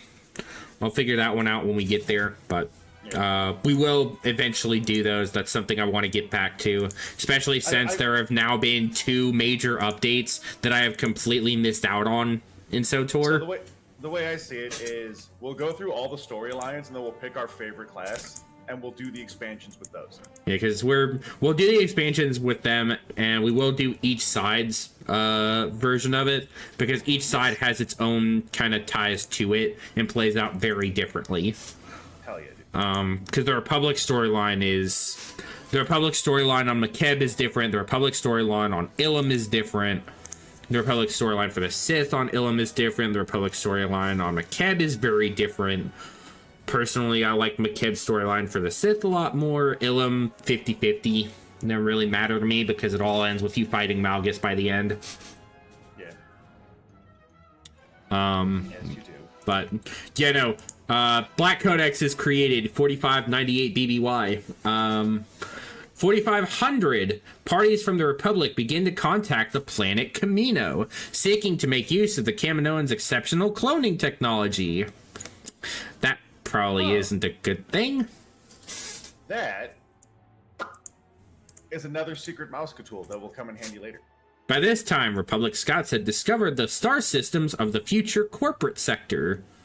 The Alteri and Anarians come into contact with each other, sparking a global conflict that lasts for almost 600 years. An independent scout vessel drops out of hyperspace too close to the gravity well of the planet Lol, causing the pilot to crash on the planet and inadvertently uncovering a large vein of ore used in the creation of Durasteel. The pilot's name, the planet Lol, and submits a claim to the world, but Tengen Industries intercepts and modifies his claim to give the company rights to the world. Dicks. Can't believe they did that. The Barbel War, a millennia-long conflict among the Barbel species, erupts due to disputes over hunting grounds on their homeworld of Barab 1. King Morn of Dak becomes the first ruler to unite the Mon Calamari and Quarren people under one monarchy. Good for them. Good for those fish and squid. Good for those squid people. Good job. 4498 BBY. Tengen Industries has completed a full mining colony on Lol, which expands into 3 cities scattered across the planet over the next few centuries. Oh, here we go. Here we get some big stuff. All right. 4400 BBY. After being denied knighthood, a Padawan named Frida Nad explores the Yavin system and encounters Nagasato's spirit, who sways Nad to the dark side of the Force. Nad kills Sato's spirit and establishes himself as a king on the planet Onderon, which he institutes a policy to banish criminals into the wilds beyond the walls of the city of Isis. Nad establishes a dynasty of dark-side-wielding monarchs. The exiled criminals manage to tame Onderon's wild beast to become the Beast Riders. The Beast Riders wage war on Isis, sparking the Beast Wars. Hell yeah, dude. Optimus Primal? Fuck yeah. That's a joke for boomers. That is I know the joke, I get the joke, but it still is like a little too old to fly, a little too old to be relevant to me. That's fine. That's a joke for me and like the 3 other old guys who listen to this. The Mon Calamari of Dak begin to launch starliners to colonize planets around their homeworld over the next 2 centuries. Around this time, a team of Jedi Knights, including the Deveroni and Chama, are sent to investigate a distress call on the planet Athis. There, the group is attacked by Sith devotees, and Chama succumbs to the dark side during the encounter. Disappointed in his failure, Chama goes into self-imposed exile on Harath. 4300 BBY. The Miraluka Jedi Master Noab Hulis arrives on Harath and speaks with Chama, convincing him to return to the light and end his exile. 4250 BBY. The Third Great Schism erupts as Dark Jedi wage war against their fellows on Coruscant. The Dark Jedi are eventually driven off-world and retreat to the Voltar system, where their attempt to harness the power of the cosmic turbine ends in the Voltar Cataclysm, the annihilation of the entire Voltar system. I have no idea what the fuck that is. Cosmic turbine, what the fuck? It's a big fan in space. Was an immense device capable of manipulating gravity on a large scale. Part of a set of massive machines located in the Voltar system, it was created by the ancient celestial spirits. That's pretty much it. Apparently 10 millennia later, the cosmic turbine was discovered by the Abroan Institute for Archaeology researcher Dr. Innsmouth Bowen when the Galactic Empire debriefed them on the Celestials. So that apparently is a thing, I guess. The Wingmon, its primary predator, the Balmoran Maw Eater, are accidentally carried from their home island chain to the mainland of the planet Balmora. Yeah, I know that planet. 4241 BBY. Fida Nemro is born on Nal Hutta. We know Nemro. Yeah, I think that is Nemro the Hutt. I think that is who that's, because we got to remember, Hutts could live a long time. True. Being horrible, dumb space slugs, they live forever. 4225 BBY. The Kaikio Reconquista Jedi Master Vandar Tokar and his two Padawans lead Republic troops in conquering the corrupt world of Kaikelius. 4200. The Macrosa Order is founded on Nysa by Viscountess Myria, though the organization is corrupted allegedly by Myria herself by Sith teachings over the next 2 centuries. The planet Tatooine is first settled by Offworlders. The planet Argazda seeks to be admitted to the Republic. The Hapes Cluster becomes a haven for the Laurel Raiders, a group of pirates who prowl the Prelemian for generations. The planet Arcanus is colonized by pilgrims from Ator. By the 4100s, new navicomputer technology begins to render jump beacons obsolete. Hear that, Imperium of Man? It's the one travel advantage everybody got. Don't need no stinking don't need no freaking Astronomicon. Don't need no telepathic. Fuck you. As a horrid warp fiend of chaos myself, I don't care anyway, because I genuinely just hop the warp wherever the fuck I want. So, that's fair. No, fuck their Astronomicons anyway. 4166 BBY. The Mon Calamari species makes first contact with the Republic when Republic scouts encounter Mon Calamari starships near Bristow.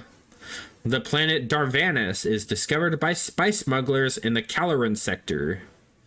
4129. The Luray system is discovered and surveyed by the Republic. 4100. Bacta is introduced to the galaxy, becoming a competitor to Kolto. Oh. So this is where the official transition of Bacta. This is where the official transition of Bacta and Kolto begins. Interesting. I thought it actually happens after. Thought it happens after the Sith Wars. Nah. 4086 BBY. Trempetta's Star Guide is first published. 4085 BBY, a vintage of wine that will become known as the particularly rare Ord Mantell 432 BTC is produced on Ord Mantell. 4070 What does BTC stand for? That is a good damn question. Next question. Hold on. I will leave you to look that up while I go into the next one. 4070 BBY. Amanoa, future Queen of Onderon and wife of Omen, is born. Oh, before the Treaty of Coruscant. Oh. They have their own weird sub-calendar. How did they know? I think it's marked later, but... Okay, I was gonna say, how did they know? I think that one's one of those that they mark later. It's like that joke. I mean, it's like how do you know about the before Battle of Yavin? Yeah. Like how do you know about the change in Imperial calendar? Roman daughter is dressing like a barbarian, and she goes, "Dad, it's -40. I can dress how I want." And one of the guards go, "40 before what?" What a dumb joke. I don't even remember what the movie. I don't remember what movie it's from, but like. I don't remember. I don't know. Joke. 4067 BBY. The Republic exploration vessel Starvale is lost while performing a study of the Lure system. The ship's last communication indicates that the crew plan to land on the planet Nerian, but the ship is never found. 4056 BBY. The Dynamet Corporation donates a large sum of credits to the hospital Mercy General on Terrace for the construction of a wing devoted to curing the Rakghoul plague. The hospital is renamed Dynamet General in thanks. Around this time, a civil war breaks out between Terrace's nobility and the planet's largely alien lower class. The conflict is sparked when rising levels of toxic pollution poison the planet's oceans, and famine sweeps the city. The nobility begin to hoard food for themselves. Though the lower class rise up against the nobility, the rebellion is ultimately crushed after millions die in the fighting. Fuck them upper city peoples. They all bitches. We played KOTOR. Fuck them upper city fucks. Right, yeah. Jake? Fuck them upper city fucks. 4050 BBY. They think it's so good up there. How about you come down here in the dirt with the Rakghouls? I would have gone with just the lower city, not undercity, but sure. No. Go straight to the undercity. Go fight Rakghoul, stupid. Well, pretty much everybody did when Malik got a hold of it, but we'll get there. Oops. 4050 BBY. Scouts from the planet Shore discover the planet Gyaka. Draco Kira is banished from the city of Isis for challenging the dark side legacy of Frida Nad. 4043 BBY. The Dark Counselors, Darth Victon and Darth Kolar fight a Kagath that destroys the Imperial Citadel. And both Sith are killed by the rest of the Council when it ends in a draw. The Sith Lord Darth Nostrum rebuilds the Imperial Citadel according to the Emperor's designs and is cast into its depths upon its completion. Become one with your creation, you dumb fuck. 4030 BBY. Arca Jeth and a number of Jedi Knights devastate the Laurel Raiders at the Battle of Laurel, forcing the survivors to retreat to the Hapes cluster. The Raiders and their female prisoners eventually evolve into a matriarchal and isolationist Hapes consortium. I remember this one from... And the Hapes consortium's been around for a real long time then. Yeah, I remember that one from the Courtship of Princess Leia novel. Not that interesting a novel, unfortunately, but it gives a lot of like interesting bits for some of the lore. If you're looking for stuff that actually goes into like Hapes lore, it's definitely there. They pretty much explain that whole origin of the Hapes consortium there. 4024 BBY. The Navuta extinction begins as the Mandalorians attack the planet Navuta. 3 years later, the extinction ends with the extermination of the insectoid Navuta. 4020 BBY. The Zerka Corporation discovers Kashyyyk, the homeworld of the Wookiee species, and claims the planet while renaming it Edion. Not the Wookiees. What about the Zerka attack on the Wookiees? Don't worry, Revan takes care of it.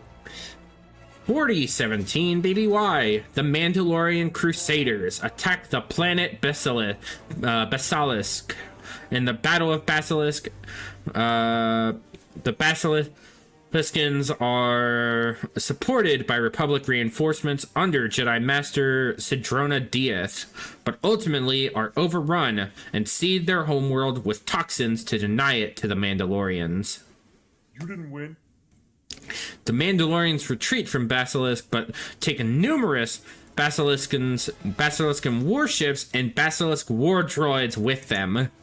Yeah, those things look so stupid. Jake, it's the birth of our boy. It's the boy! 4015 BBY, the Great Droid Revolution. The Zerka assassin droid HK-01 seizes power by subverting the programming of thousands of droids and turning them against their masters. Jedi intervention finally brings the conflict to an end after 3 months. Here he is. That's our boy. It's our boy! Oh, fucking love it. 4009 BBY, the Sistino crime syndicate discovers the planet Srato, a world rich in valuable natural resources. The Sistino syndicate dominates most of the criminal activity in the sector for the next 200 years. 4008 BBY, the Jedi Jev Sunrider dies on Crais 2.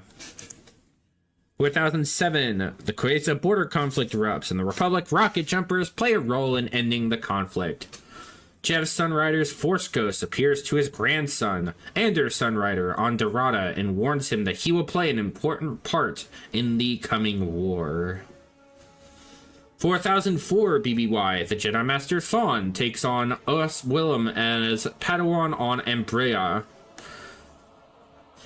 4003, the Giju Pass is blazed by Herglick scouts, and within 25 years the route becomes an established trade route into Herglick space. 4002 BBY, the Mandalorians attack the deep core planet Kuar and conquer the world. Onderon makes contact with the Galactic Republic and encounters galactic civilization. 4001, Anders Sunrider arrives on the planet Hrot and begins his training under Master Chama. It's finally time to enter probably some of the biggest parts of this era. The Old Sith Wars. Yeah! Starting in 4000 BBY. Strap in, everything here is going to be a long haul. Just about everything here is going to be a long spurt. The Kira system is enveloped in a supernova, forming the Thornhedge Nebula and Pulsar, also devastating the Otmian Pass, the Otmian Pabol. I'm going to fuck that up every time I see it, aren't I? Every time. Every time. The planet Eshian is colonized. The Exchange is founded. Whoopee. Hooray. The Amwadi establish a colony on Coruscant. Muzara is colonized. Flashpoint Stellar Research Station is established on the planet Flashpoint. Jedi Master Eric Jeth sends his 3 apprentices, Ulit Keldroma, Kay Keldroma, and Tot Donita, to Onderon in order to bring an end to the ongoing Beast Wars. Their mission soon goes awry when Princess Gallia is kidnapped during a Beast Rider raid on Isis. The Jedi pursue Gallia only to discover that she intends to marry the Beast Rider Oron Kira, and Onderon's royal family are practitioners of the dark side. Their attempts to negotiate a peace with Queen Amanoa fail when she unleashes the dark side against them, and the Beast Riders lay siege to Isis. Arik Jeth arrives and lends his battle meditation to the Beast Riders, bringing about their victory, and his powerful presence in the light causes Frida Nad's spirit to abandon Queen Amanoa and leave her to die. Gallia and Kira are married and assume the throne of Onderon. 3999 BBY. Nomi Sunrider becomes Thawne's apprentice after the death of her husband, Ander. 3998 BBY. The Freydinad uprising erupts on Onderon as King Omen leads an army of dark-side empowered that's not a good name for your group. Uh-oh. King Omen leads an army of dark-side empowered Nadis. What it's? Nadis. Like Freedom Nadists? Yes. Aw, dude. That's not a good name. That's not a good one. Yo, we the testicles. The cult of Frida Nad. Like, you could have gotten away with that and it still would have passed. You fucking stupid bitch. Yo, I'm part of the cult of space nards, dude. The Nadis interrupt Amanoa's funeral and capture Eric Jeth, and also succeed in recovering the sarcophagi of both Amanoa and Frida Nad. The Galactic Republic and additional Jedi Knights arrive on Onderon and engage Omen's army, and the Jedi ultimately defeat Omen and liberate Eric Jeth. At the same time, the Tet nobles, Alima Keto and Satal Keto, who were visiting Omen and learning Sith lore from the king, escape back to their home system of Empress Teta and become Frida Nad's new apprentices. 3997 BBY. The Keto cousins stage a military and political coup in the Empress Teta system, seizing control of the system from their parents as they establish power around the Sith cult known as the Krath. The coup begins the Krath Holy Crusade. For reference, to those who have actually seen my Sith playthrough in Revan's Revenge, you would actually recognize the name because a lot of the warships and war droids that the Sith deploy are Krath war droids and war speeders. They are of a lot of the Sith's arsenal. They relied on a lot of the Krath weaponry. So, to those who are ever wondering, now you know. Knowing is half the battle. G.I. Joe. So stupid. It's instinct. Back here. It's a Pavlovian response. A Republican Jedi task force comes to the aid of the planet Empress Teta, which has managed to hold off the Krath, but the Sith cult drives the Republic out of the system at the Battle of Koros Major. Uluk Keldroma is infected by Alima Keto's Sith magic during an attack on the Republic's command ship, Reliance 1, and he unknowingly begins to slip towards the dark side. The Jedi Conclave at Daniba is disrupted by Krath war droids, and the servant droids at the Conclave attack the Jedi at the event. The Jedi destroy their attackers, but Eric Jeth is killed by Krath war droids in the battle. Uluk Keldroma attempts to infiltrate the Krath from within, but is seduced to the dark side by Alima Keto. Keldroma kills Satal and becomes the Krath's leader alongside Alima, and the Jedi rescue mission fails when Keldroma refuses to depart. Around this time, the power-hungry Jedi, Exar Kun, searches for Sith teachings and discovers the spirit of Frida Nad on Onderon's moon, Duxon. Hell yeah, dude. Where he is trained in the ways of the dark side before heading to Yavin 4 to acquire more power.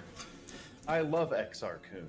Once again, we witness another Sith spirit being killed by the person they tried to possess. As Kun ultimately kills Nad's spirit and seeks out Uluk Keldroma to eliminate a potential rival. What is actually funny here is whenever they actually expand whenever they do their next big update for like eras or whatever, this whole bit is going to be part of Revan's Revenge for the Era 1 start. Oh yeah? This is going to be the whole Era 1 start for that.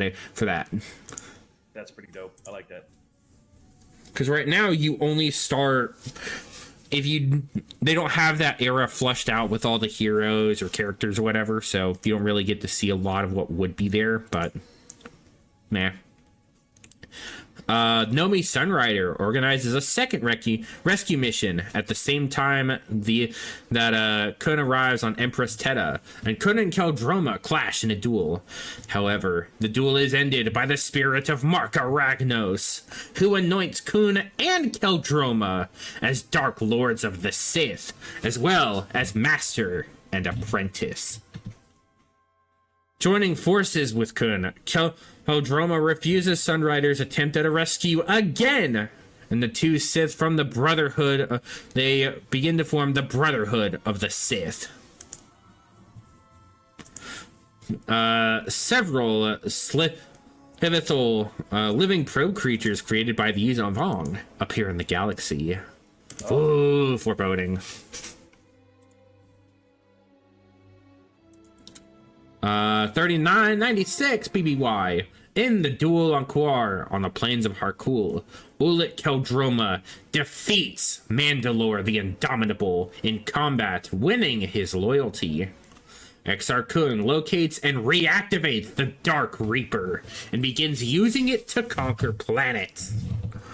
After months of conquering from the deep core to the outer rim, the Sith launched their attack on Coruscant. During the battle, Ulic Keldroma is captured and subsequently put on trial for treason. Mandalore the Indomitable is defeated by the Republic at the Battle of Onderon and killed by the Beast of Duxon. He is then succeeded by the individual who would come to be known as Mandalore the Ultimate. Yeah! It's happening. It's happening. The Sith Lord Ulic Keldroma turns away from the dark side. Exar Kun is then defeated at the Battle of Yavin 4 by Ulic Keldroma and the Republic. The Dark Reaper is deactivated, and its power source, the Force Harvester, is hidden on the scrapyard of Raxus Prime.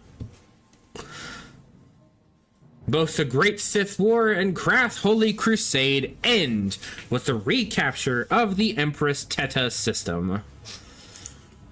It is at this point, Mandalore the Ultimate begins secretly summoning clans from across the galaxy, building up arms and ships on Duxon, working toward the day when a new crusade can officially begin. The Jedi Order create the Lost City of the Jedi to aid the recovery of the planet Yavin 4's ecology, as well as to ensure that Exar Kun never returns. An attack by the Sith devastates the planet Mustafar. The gas giant Lefrani is tugged out of its orbit by a dark side weapon, causing Mustafar to be caught between the gravitational fields of Lefrani and the gas giant Jestafad. All life on the planet's surface dies as the surface is ripped apart by immense tidal streams.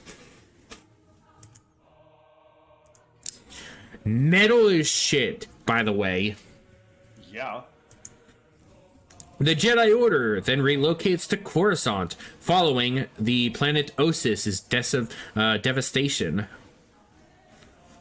3995 BBY. The Restoration period begins for the Republic.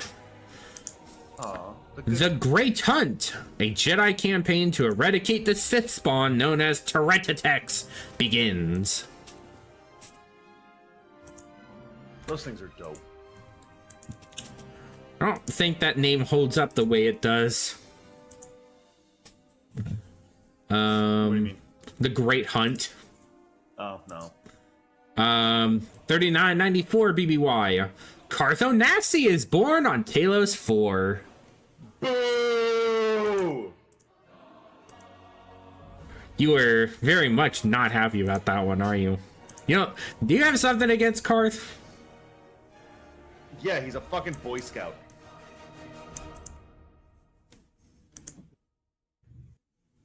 Every time I try and do anything remotely funny or even a little bit mean, Karth's like, "Why would you do that? Why would you do that? Shut up, Karth. I mean, Back to the ship." you do kind of have to think about Karth's whole story. No, I don't.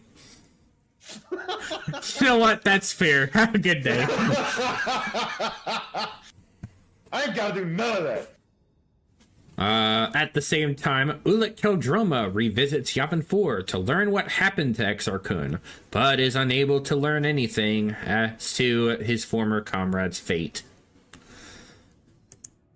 And then our boy is born on an unknown planet believed to be somewhere in the Outer Rim territories. Yeah! It's time. That glorious, glorious boy. 3993 BBY. During the Great Hunt, Jedi Knights successfully cleansed the planet Tatooine of Terentatex. The fact that they were any on Tatooine means that there is more value there in Legends than there ever will be in canon. Yep.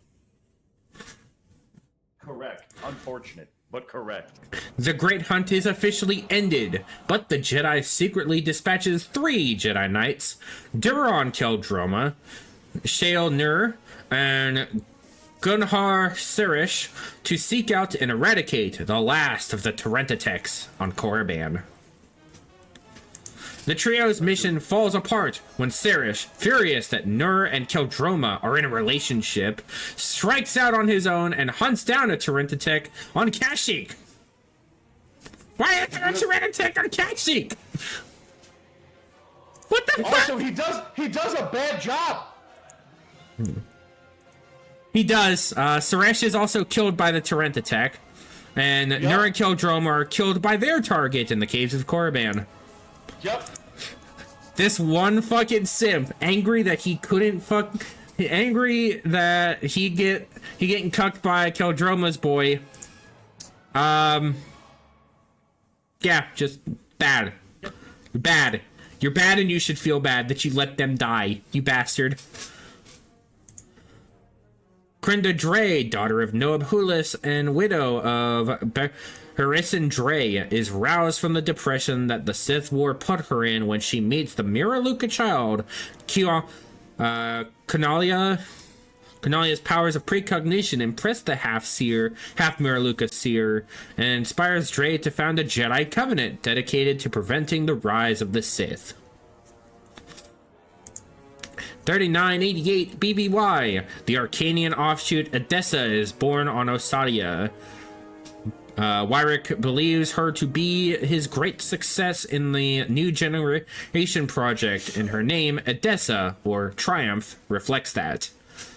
Krenda Dre receives a Force vision that becomes known as the Prophecy of the Five.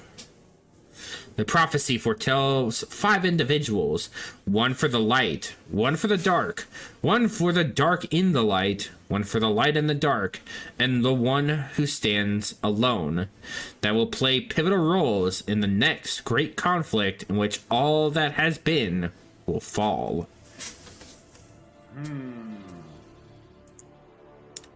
Foreshadowing! Wonder who they're talking about. Foreshadowing!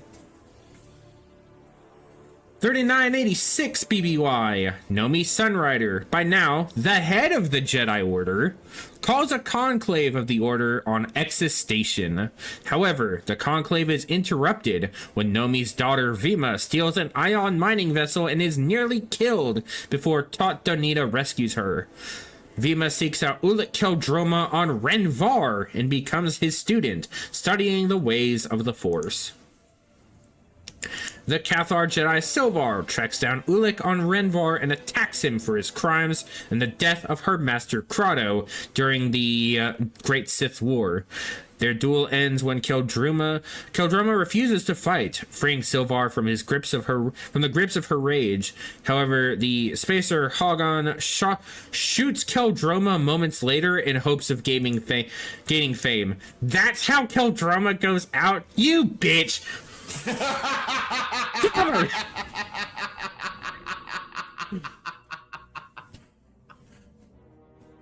Jobber! Jobber. You fucking...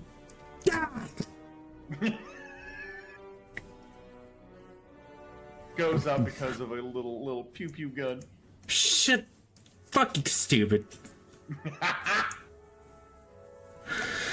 3985 BBY. The Coruscant Financial Exchange Establishment Act speeds the restoration of the devastated Galactic Republic by allowing corporations to invest in government infrastructure in return for guaranteeing safe passage through increasingly treacherous hyperspace routes. 3984 BBY. Darth Zedrix begins to serve on the Dark Council. 3982 BBY. Zane Carrick is born on Theta. 3980. I think he's part. I think he's one of the.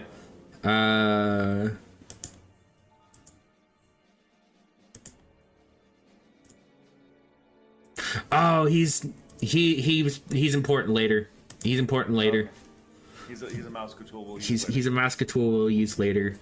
Vima Sunrider makes an entry in the Great Holocron regarding Ulic Keldroma's redemption and death. Yeah, he went out like a bitch. Damn. 3978 BBY. Mandalore the Ultimate is influenced by an agent of the Sith Empire into waging war on the Republic. An agent of the Sith Empire. 3977 BBY. The planet Vortex is inducted into the Republic. Zane Carrick is discovered by the Jedi Order and brought to the Enclave on Dantooine. The Mandalorian Wars officially begin with the Battle of Althir in the year 3976 BBY. During this same time, a gang war erupts between the Hiddenbecks and Black Vulkars on the planet Terrace. 3973 BBY. Cassus Fett leads the Mandalorian Neo Crusaders in the Battle of Cathar. Fett's forces wipe out over 90% of the Cathar population on their home world. 3970 BBY. Mission Veo is born on an unknown planet. Yay, mission. Argazda's provisional governor Muriel discovers the Can Sector Independent, renaming it the Argazdan Redoubt and instigating the Bloody Can's disorders. 3969 BBY. The first watch circle of the Jedi Covenant. Thone, Lucian Dre, Konalian, Ronate, and Zamar are assigned 5 Padawans. Ojo, Zane Carrick, Shad Jovana, Camlin, and Garn. The 5 Padawans are transferred to the Jedi Tower on Terrace, where their new masters are stationed. 3968 BBY. The Adaska Biomechanical Corporation of Arcania begins offering genetic solutions to Arcanian offshoot employees. Genetic solutions.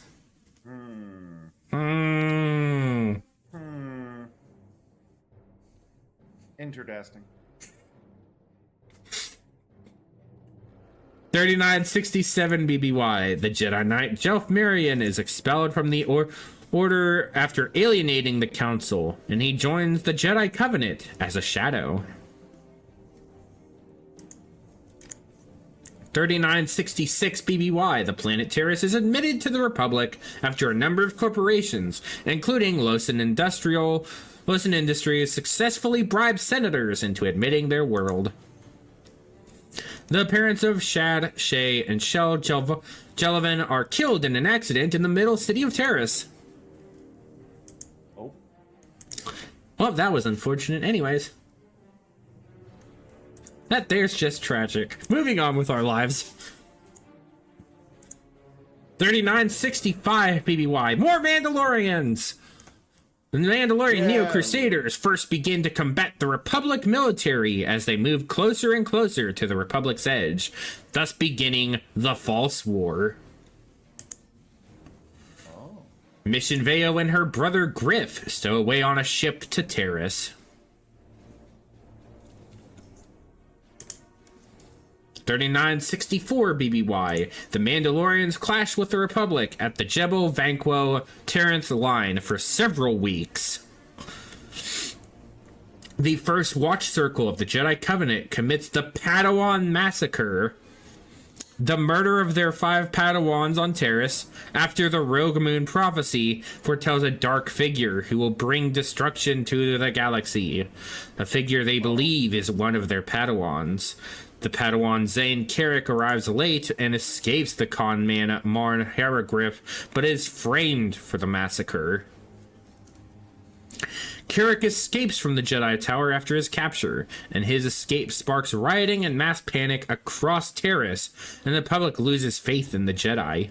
Mandalore the Ultimate views this as a signal to attack and takes the planet Vanquo just as the year ends. 3963 BBY. The Mandalorians break through the Republic lines and officially begin the Terrace siege, proceeding to invade the Republic through 3 different corridors in what becomes known as the Onslaught. One of those corridors sees the nuclear devastation of Sirocco.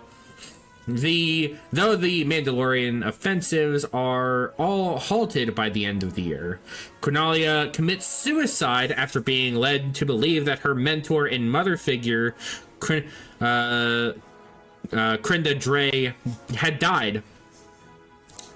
Oh. It is also at this point that the Revankiss begin to move. A group of young interventionist Jedi, led by a charismatic knight known as the Revankiss, uncover evidence of the Battle of Cathar.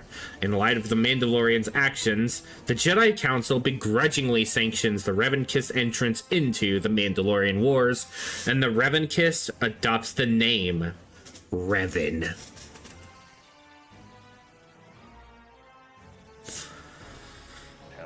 Also, a Yuzon Vong scout arrives in Wild Space.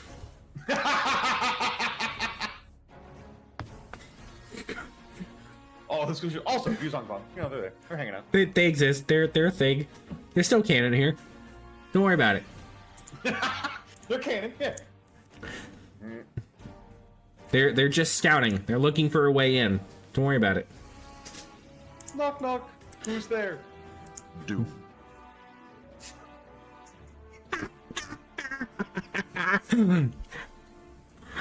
Oh no.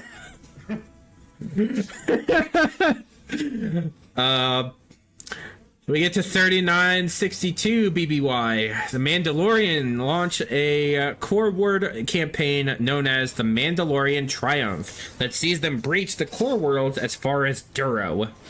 However, Revan and his friend Malik arrive at the Battle of Duro with a fleet of Interdictor-class cruisers, preventing the Mandalorians from escaping with war material. As a result, Supreme Chancellor Tol Kressa appoints Revan the Supreme Commander of the Republic military. Uh-oh. This is fine. He's trying to help the Republic. It's fine. He's a good guy. There's nothing wrong here. There's nothing wrong here. Nothing bad will happen here. We're going to make sure of that. It's why Revan's here. He got appointed Supreme Commander. He's leading to victory. 3961 BBY. Over the course of this and the next year, Revan leads the Republic in rolling back the Mandalorians' offenses. Though often at the cost of civilians thanks to moral shortcuts. Lilia Ven then becomes Grand Lord on Kesh. 3960 BBY. The Mandalorians come to Mandalorian Wars officially come to an end at the Battle of Malachor 5. Where I know that place. It's bad there. Where Revan kills Mandalore the Ultimate and the Mass Shadow Generator, wipes out most of the Mandalorian and Republic fleets while destroying the planet's surface. Bad time there. Yeah. It is not good a time for anybody. And then in 3959, the Jedi Civil War begins. Hooray! Who's Turn to- fighting in the Jedi Civil War? Turned to the dark side by the Sith Emperor, Revan and Malak find the Star Forge and, after breaking free of the Emperor's control, form their own Sith Empire to invade the Republic. Uh-oh. Also, our boy is officially constructed. Yeah! The assassin droid HK-47 is constructed. What a good boy! The Battle of Foros occurs during this time, as well as the bombing of Telos 4. Sure does.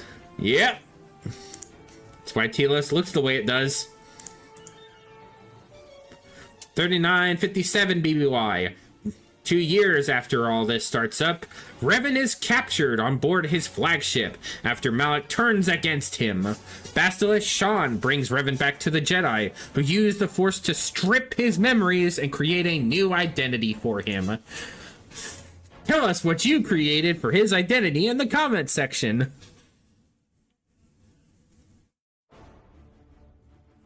He's a bastard.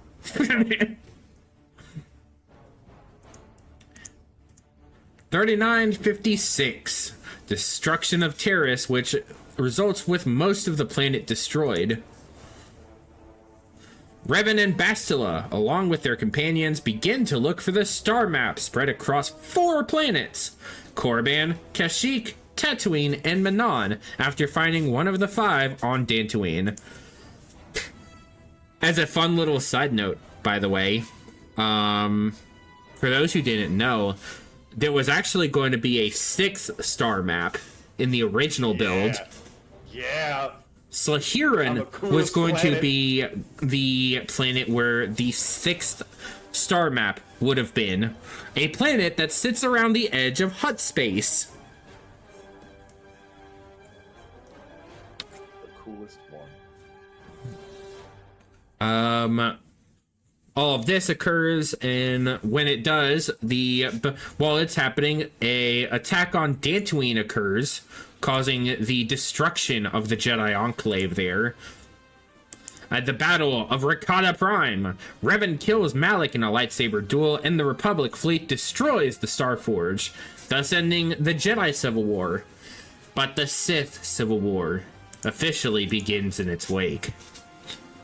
Also, the Order of Shasa is founded on Manon. In an alternate timeline, Starforge is not destroyed. Nope. 3955 BBY. Sith Lords, formerly loyal to Darth Revan and Malak, begin breaking the Sith Empire into smaller domains, declaring themselves sovereign warlords. The Sith Triumvirate is officially formed. Supreme Chancellor Tol Kressa starts the Telosian Restoration Project, for which the Aerotech Repulsor Company launches the Goto Droid series. Yeah, boo. 3954 BBY. The First Jedi Purge begins. Sith assassins, under orders from the Sith Lord Darth Sion, begin a widespread assassination campaign against the Jedi, who soon are all but wiped out. The remnants of the Sith Empire are mostly unified by the Sith Lords Darth Traya, Darth Sion, and Darth Nihilus. Banner Shan is born. And Darth Zedrix is killed by Lord Scourge. 3952 BBY. The Conclave on Katar is called to discuss the future of the Jedi Order. Vandar Tokar dies. The Sith Lord Darth Nihilus uses his massive force powers to feed on the life on Katar, destroying all life on the planet, except for the Miraluka, Visas Mar, and virtually wipes out the Jedi Order. 3951, Canderous Ordo, known as Mandalore the Preserver now, reunites the Mandalorian clans and aids in the fight against the remnants of this Sith Empire. The Zerka Corporation, though not entirely legal means, attempts to take control over the Telosian Restoration Project. Hooray! Mitra Surik is also discovered aboard the Ebonhawk by Kreia. Lana Vash dies, and the Battle of Kunda occurs, where Kavar, Zezkael, and Vrook Lamar all are killed. A blockade of Onderon occurs, as well as the Second Battle of Onderon and the Battle of Telos, where Darth Nihilus is ultimately felled. So later on, where Mitra Surik reestablishes connection to the Force, and then kills Darth Nihilus, Scion, and Darth Traya, who have spent the last 5 years assassinating Jedi, leading to the final battle of Malachor, which sees the end of Darth Scion and the former Jedi Kreia, now known as Darth Traya. The First Jedi Purge ends, and the end of the old Sith Wars officially comes to a close. But we're not done. Because now, we get to the Inter-Sith Wars. 3950 officially marks this period, where Darth Nihilus is killed. The city of Bin Prime is chosen to replace the capital of Sobrik on Balmora. Revan, Mitra Surik, and the rogue Sith Lord Scourge travel to Dromund Kaas in a daring attempt to try and kill the Sith Emperor. However, some really bad shit happens, and we're not gonna discuss it yet. However, we will end it with, however, say this, that Scourge becomes really evil, and Revan is held prisoner for 300 years. Sure is. Also, they established a entity known as the Emperor's Voice within the Sith Empire. During 3946 BBY, the Goto droid seized control of 16 worlds in the Gordian Reach and secede from the Republic, forming the independent territory of 400-100-500-260026. However, Supreme Chancellor Tol Kressa organizes a military campaign that liberates the territory. Very short-lived siege. 3900 BBY, Queen Elsnor Den Tassia of Griswold sponsors one of the last colonization efforts by her world. But the colonization ships, the Beneficent Tassia, Constant, and Mother Vima, disappear from sight. It is later discovered that the ships reached the planet Naboo, where they settled and came into conflict with the native Gungan population. So that's where that starts. Did not know that. Now I do. Anyways. 3841. Karaga the Unyielding becomes Supreme Mogul of the Hutt Cartel. He retains the position for nearly 2 centuries. The Wookiee Baldar is born on Kashyyyk in the year 3838 BBY. 3809 BBY, Stratos sustains major damage from a meteor storm, beginning a period of environmental chaos that lasts for 500 years. 3781 BBY, the reconstituted Sith Empire begins preparations for their eventual invasion of the Republic. 3756 BBY, Jedi Master Baal Gafar Over, that was an O. I am very dyslexic today. Jedi Master Beryl Over, actually a servant of the Sith Emperor, undertakes a mission with his apprentice Asen Gint to Yavin 4. Over's true mission is to eliminate the spirit of Nagasado for the Emperor, but the two are attacked by Masasi, and Over is forced to flee the moon. Abandoning his apprentice, Gint returns to Coruscant years later, under Sadow's possession, and is killed when he attacks Over. 3743 BBY, the hunter Reagan Hetu delivers a live Chlor Slug queen to his Hutt client on Nal Hutta, only to be consumed along with his client by the approximately 400 Chlor Slugs that the queen had spawned on his ship.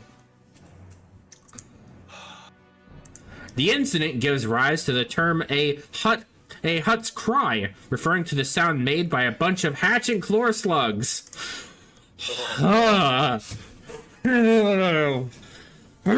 Nope. 3717, the Sith Lord Darth Vowron is born. 3712, the Sith Lord Darth Ikoral is granted permission to take his flagship, the Red Reaper, on an expedition in search of pureblood Sith outside the Sith Empire.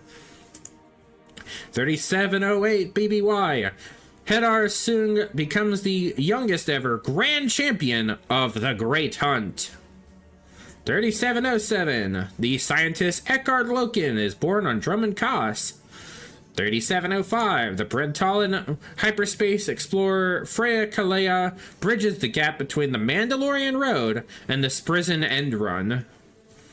3704 BBY, Freya Kalea blazes around, linking the spurs of Selenon and the Marleyan Trail, completing the northern end of the Hydian Way.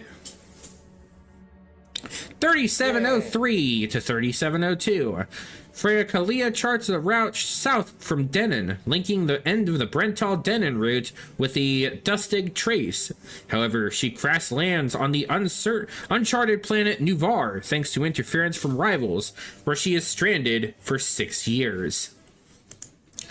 The infamous Sith Lord Darth Mar is born in the year 3702.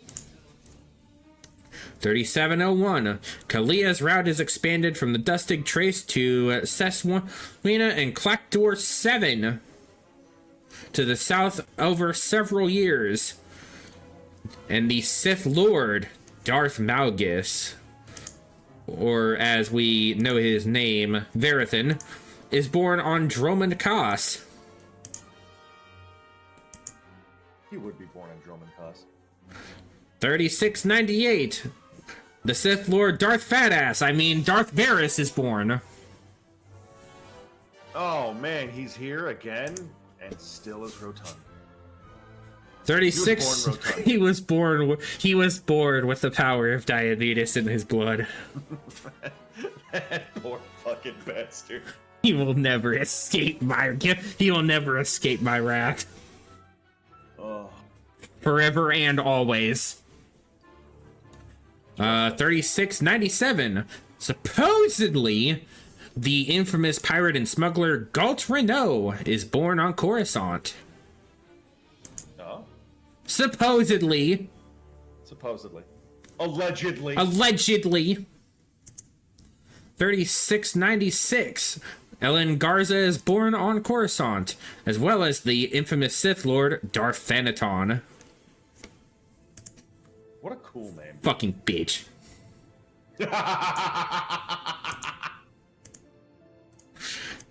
The dichotomy of people who know and people who don't. 3694 BBY, rescued from Nuvar, Kalea extends her route all the way to Terminus near the edge of the galactic disk, and then extends it further to Amenasoth? That is a wild name.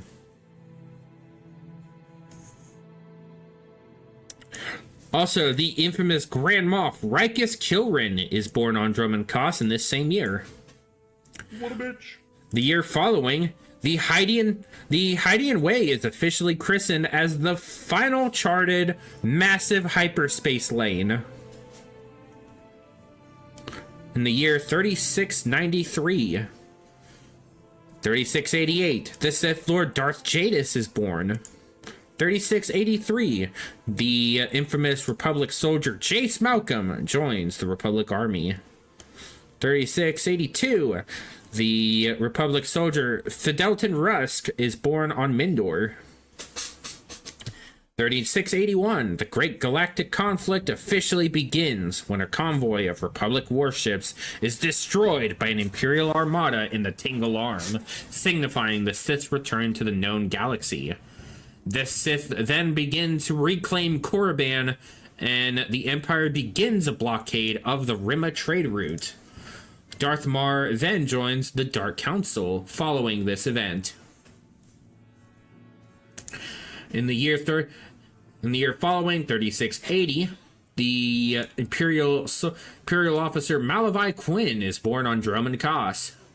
The blockade of the Rimma trade route comes to an end when the Republic's victory during the Second Battle of Seswina occurs. 3678 BBY, Jedi Master Sio Bakarn is born on Corellia. The Republic tries to recapture Korriban after receiving info from the rogue Sith apprentice Exal Kresh, but are unable to recapture the Sith Holy World. Kresh is eventually hunted down and executed for treason. The infamous pirate and soldier Tano Vic is born on Nar Shaddaa in 3676 BBY. The Trandoshan warrior and hunter Kaizen Fess is born on 3675 BBY. The infamous agent Felix Arreso is born on Remessa in 3673, as well as the Cathar Republic soldier and officer Eric Jorgen on Rendelia.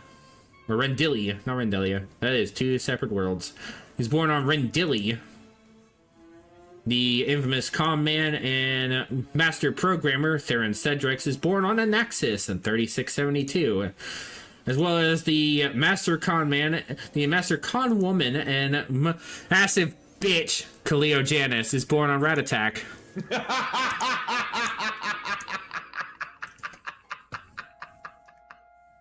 Oh, that's funny. 3671, the infamous Imperial soldier Lieutenant Pierce is born on Ziost. As well, the Republic scored their first major victory against the Sith Empire at the First Battle of Bothawi. The Empire would send a much larger force to Bothawi after their initial defeat and face the Republic in a second battle considered to be the bloodiest battle in the war up to that point. It would end in a stalemate, however. 3670. Archbound Froderick Kimball is born on Raltier. Who the fuck is this? Who's Manson? Oh, it's Doc. Okay. No, I remember him now. That's his full name. That is wild. I don't think I've ever heard his full name. No, because he dies. No, he doesn't. He should. He's one of the Jedi Knight companions. Who am I thinking? I have no idea who you're thinking. The one from Havoc Squad. The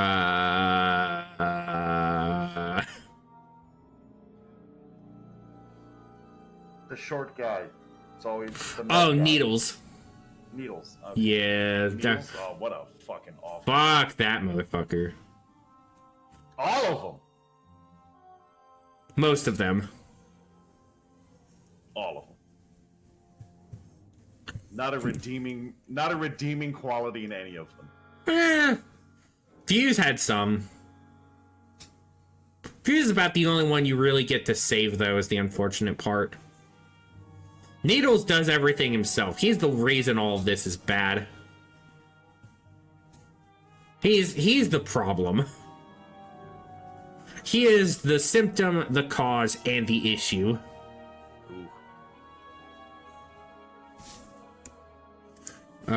But yeah, no, apparently that's supposed to be Doc, who is born on Raltier in 3670 BBY. During this time, Balmora is also invaded by the Sith Empire, and the Jedi would finally liberate the Kan sector from the Mirrorites, ending the Kan's disorders. Good lord, that took him a long time.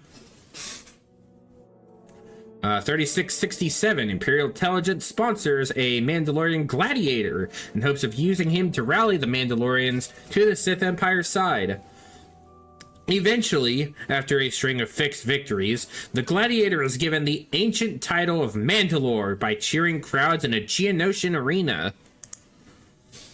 Darth Malgus leads an attack on Alderaan to try and gain a foothold for the Sith Empire in the core worlds.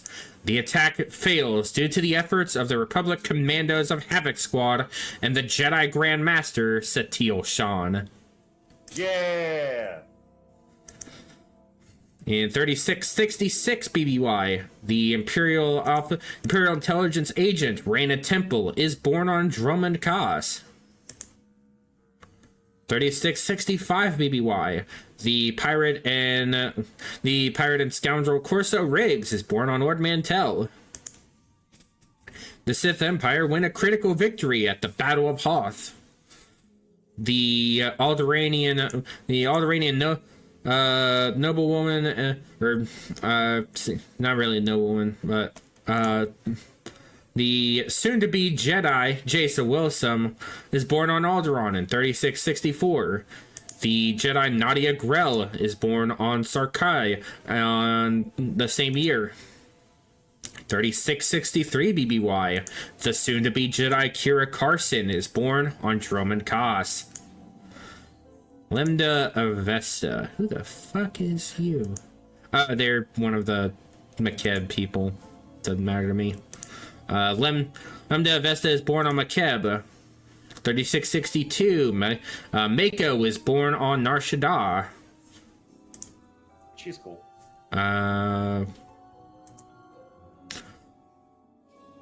During this time, Na'Rat is born, Ara Yumes is born, and Ashara Savros is born on Coruscant. Fuck that stupid Togruta bitch.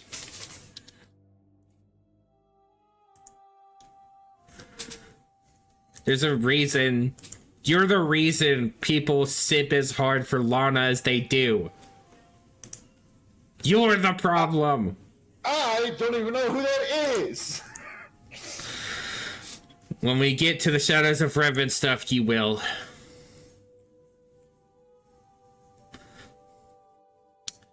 Uh, 3661 BBY. Mandalore the Lesser orders a fleet to blockade the Hydian Way. 3660. The blockade of the Hydian Way comes to an end thanks to the efforts of smuggler Hylo Viz, who ambushed the Mandalorian ships with a fleet of smuggling freighters. The Mandalorian Torian Kadera is born on Geonosis. Didn't know the Mandalorians reached that far. Mandalorians are everywhere. Apparently. The Battle of Ord Radama takes place during this time, and the Sith Empire captures the planet of Sereno. 3655 BBY. Mako escapes from Nar Shaddaa. 3653 BBY. The Empire sacks Coruscant, destroying the Jedi Temple and inflicting mass casualties, including Supreme Chancellor Burkeen and Jedi Grandmaster Zim. Okay, so Satele is not a Grandmaster by this point. That's why I was thrown off. He was a completely different individual at this point. They hold the planet hostage as the Republic, who had been tricked into attending peace negotiations on Alderaan, are forced to sign the Treaty of Coruscant, which ends the Great War, beginning the period of covert conflicts and private wars known as the Cold War. It is also during this time that the Black Sun Crime Syndicate is officially founded. If the exchange wasn't bad enough, the Black Sun sure as shit will prove you wrong. Okay, I looked up Lana. Yeah, I'd simp. Yeah, fucking... I'd simp hard. Kira Carson also flees from Dromund Kaas after learning that she is one of the children of the Emperor. Gross, Which is something I am going to discuss in its own dedicated video, I feel like. Oh, okay. So there's some. Let me put it like this: it's the same kind. You know how in 40K you have the Sons of the Emperor or whatever. You know, like the Primarchs and all that. Children of the Emperor, kind of similar concept, except they have no direct tie to the Emperor himself. They are all summary form before I give the full dive on it. The Children of the Emperor are all a group of brainwashed hosts for the Emperor to embody his spirit through. They are basically the next host for the Emperor. Gotcha. So it's what Palpatine tried to do. Basically. Okay. 3651 BBY, Satele Shan rediscovers the planet of Tython, a deed that gains her the rank of Jedi Master and later Grandmaster, following the death of Grandmaster Zim. The Order then begins to relocate to their ancient homeworld of Tython. Yeah. Following that same year, the Jedi Order begins construction of a brand new temple on the planet. As well, in the 2 years following, the Republic begins the Terrace Resettlement Initiative. That took them way longer than it should have, just saying. 3647, construction of the Jedi Temple on Tython comes to a close. 3645, Kira Carson is discovered on Nar Shaddaa by Jedi Master Bella Kuix, who decides to take the girl as her Padawan learner. 3643, the Cold War begins to collapse as a number of proxy conflicts erupt between the Republic and the Empire, such as Darth Angrel's private war on the Republic, the Alderaan Civil War, and the Separatist War on Ord Mantell. Let us also not forget the fact that the Empire has been sieging Balmorra for the last 30 years. Yeah. Balmorra's been kind of fucked for a while. The Mandalorians also proceed to hold the Sixth Great Hunt, a galaxy-wide competition between bounty hunters and other competing Mandalorian warriors. Havoc Squad also defects to the Sith Empire during this time. A lot of bad shit happens all at once. The group known as the Rift Alliance is founded. Don't know what the fuck that is. Local faction militant group in the Galactic Senate of the Galactic Republic formed of Republic or Republic-aligned planets, united by their shared protest at the Republic incompetence and threatened to secede or sever ties. Without these worlds, the Republic would have collapsed. However, despite being originally hostile, the Rift Alliance was united by a powerful Jedi Master to stand against the Sith Empire and provided their rich resources to the Jedi's cause. Huh. Interesting. Oh, no, I know what this is now. I know what this is. I know what it's supposed to be. The Rift Alliance is something that's... it's part of the... it's a later part of the Jedi Consular storyline. It's officially brought up in the second act of their storyline. 3642 BBY, the Galactic War breaks out as the tense peace of the Cold War collapses. Balmorra is officially liberated after nearly 3 decades of Imperial occupation. After spending 3 centuries as the Sith Emperor's captive, the individual Revan finally escapes from captivity during the Battle of the Maelstrom, where Grand Moff Rikus Kildren is killed during the battle. Revan escapes and captures the site known as the Foundry, an ancient Rakatan space station capable of mass-producing battle droids on a very large scale. However, an Imperial task force... Not quite the Star Forge. Not quite. But for what droid he was precisely having as his baseline, infinitely more dangerous. HK? Mm-hmm. Yeah! Ah, fuck, I love that droid. However, an Imperial task force led by Darth Malgus would catch up with Revan, and he would fall in the midst of combat.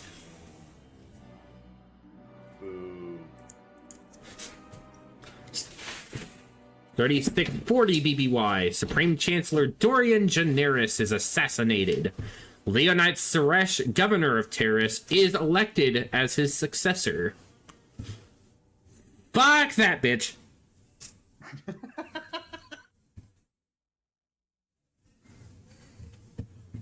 Darth Beerus also leads a coup of the Sith Empire, proclaiming himself to be the voice of the Emperor after trapping the Emperor on Voss.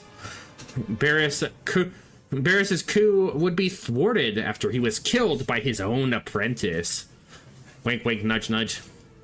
The apprentice has then subsequently earned the title Emperor's Wrath. Hell yeah, dude. The Sith Emperor is seemingly killed, however, by the hero of Tython during a battle on Drummond Cos after his attempt to conduct a ritual that would have consumed all life on the galaxy. Insane.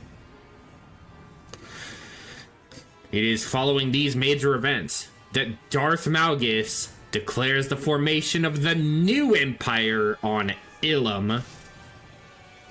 This prompts the Republican Empire to temporarily put aside their differences and work together to defeat Malgus. Through Operation Endgame, the Republic during this, another big operation actually occurs. Operation Endgame. The Republic destroys the Ascendant Spear, a prototype warship commanded by the Sith Lord Darth Carid. That is actually in another book we will probably cover later in the future. Hell yeah. Because that one's also really good, and that sheds a lot of light on some individuals who are key to later Old Republic bits, later SOTOR bits, as well as Jace Malcolm and Satele Shan. Okay. 3638 BBY. The Hutt Cartel, under the leadership of Supreme Mogul Taboro, invades the neutral world of Makeb in order to harvest the rare mineral known as Isotope 5 in the planet's core. The Republic lends the people of Makeb aid, while the weakened Empire undertakes a cover mission to secure Isotope 5 reserves for themselves. The Empire manages to stabilize Makeb's core as it begins to tear the planet apart, saving the planet from complete destruction. It is following this that the group of individuals and hyper-elite Sith War Masters known as the Dread Masters are finally eliminated on the moon of Oricon. There is a whole bit that is missed out in between here and there.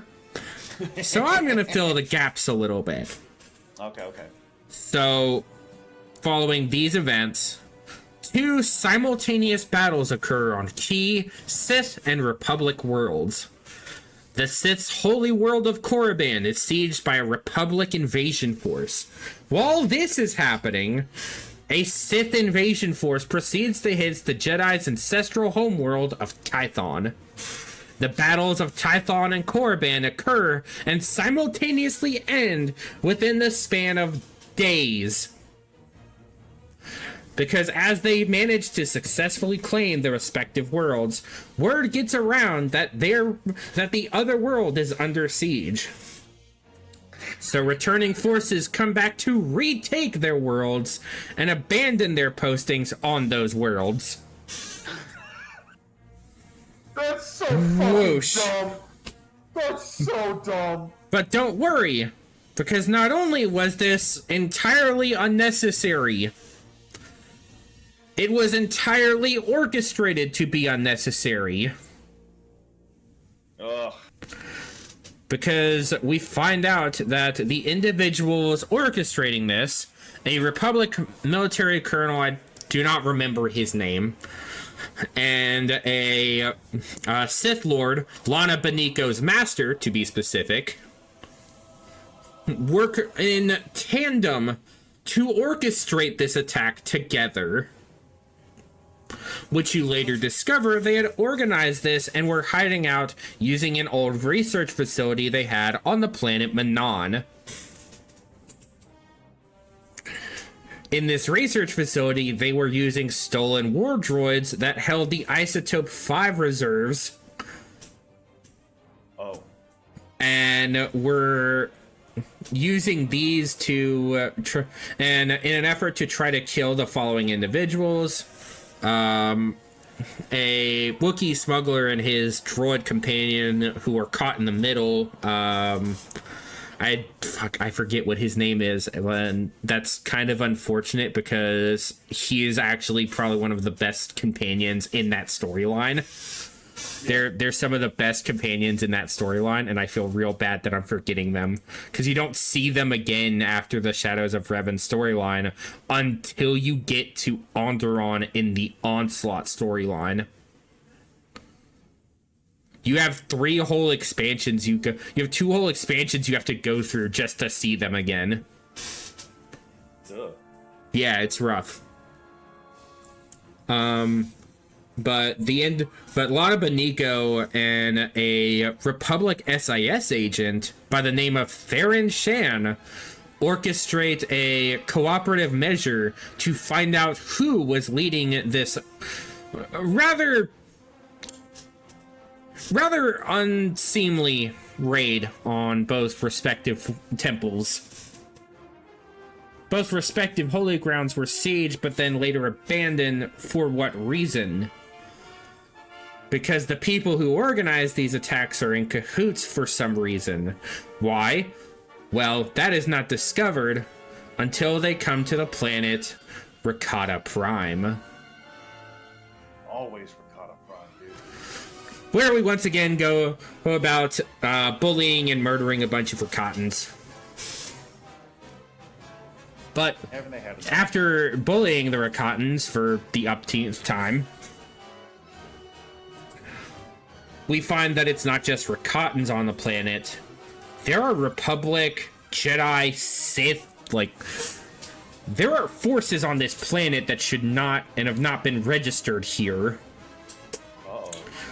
We come to find that both individuals, the Sith Lord and the Republic Colonel, have come together to set up for what would later be known as the return of the Revankist.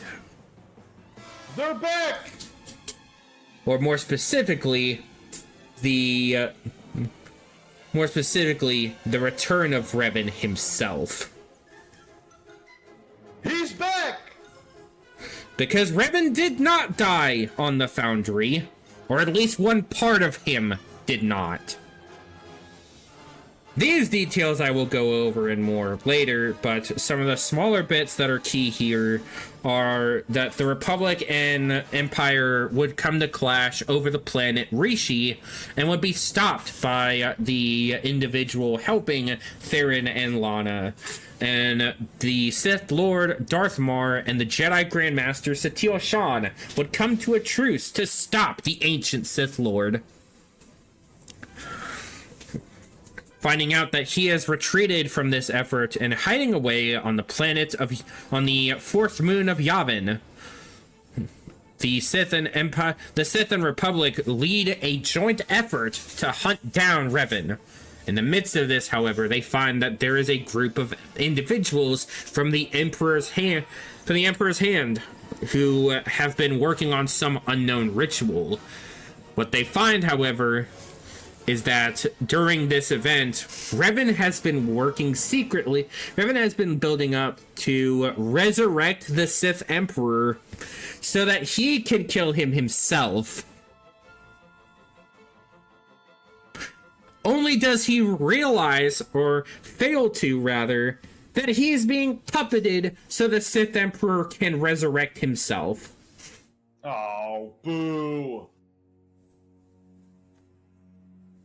And it's following the spirit of the Sith Emperor's resurrection, where Revan and the other half of Revan coincide, and Revan dies his final death on Yavin.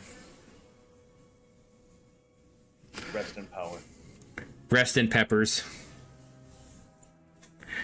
Ripping spaghetti, never forgetty. It is not long after this event, however, that word of the Sith Emperor's efforts have begun to make waves in Sith space. More specifically, the planet of Ziost, one of the major worlds in Sith space.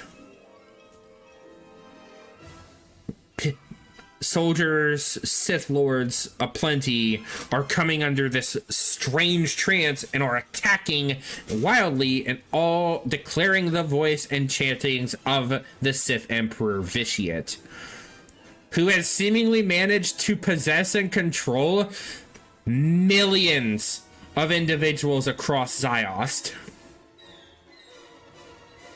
Gross. Dumb. But not before consuming all life on Ziost. Not unlike that of Darth Nihilus, who had consumed countless worlds in his wake.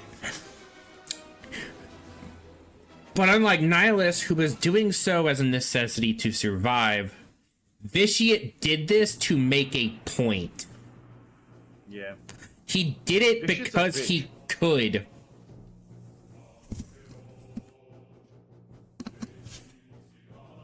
It is following these events in the year 3636 BBY when the group known as the Eternal Empire of Zakul reveals itself to the galaxy and begins its grand conquest.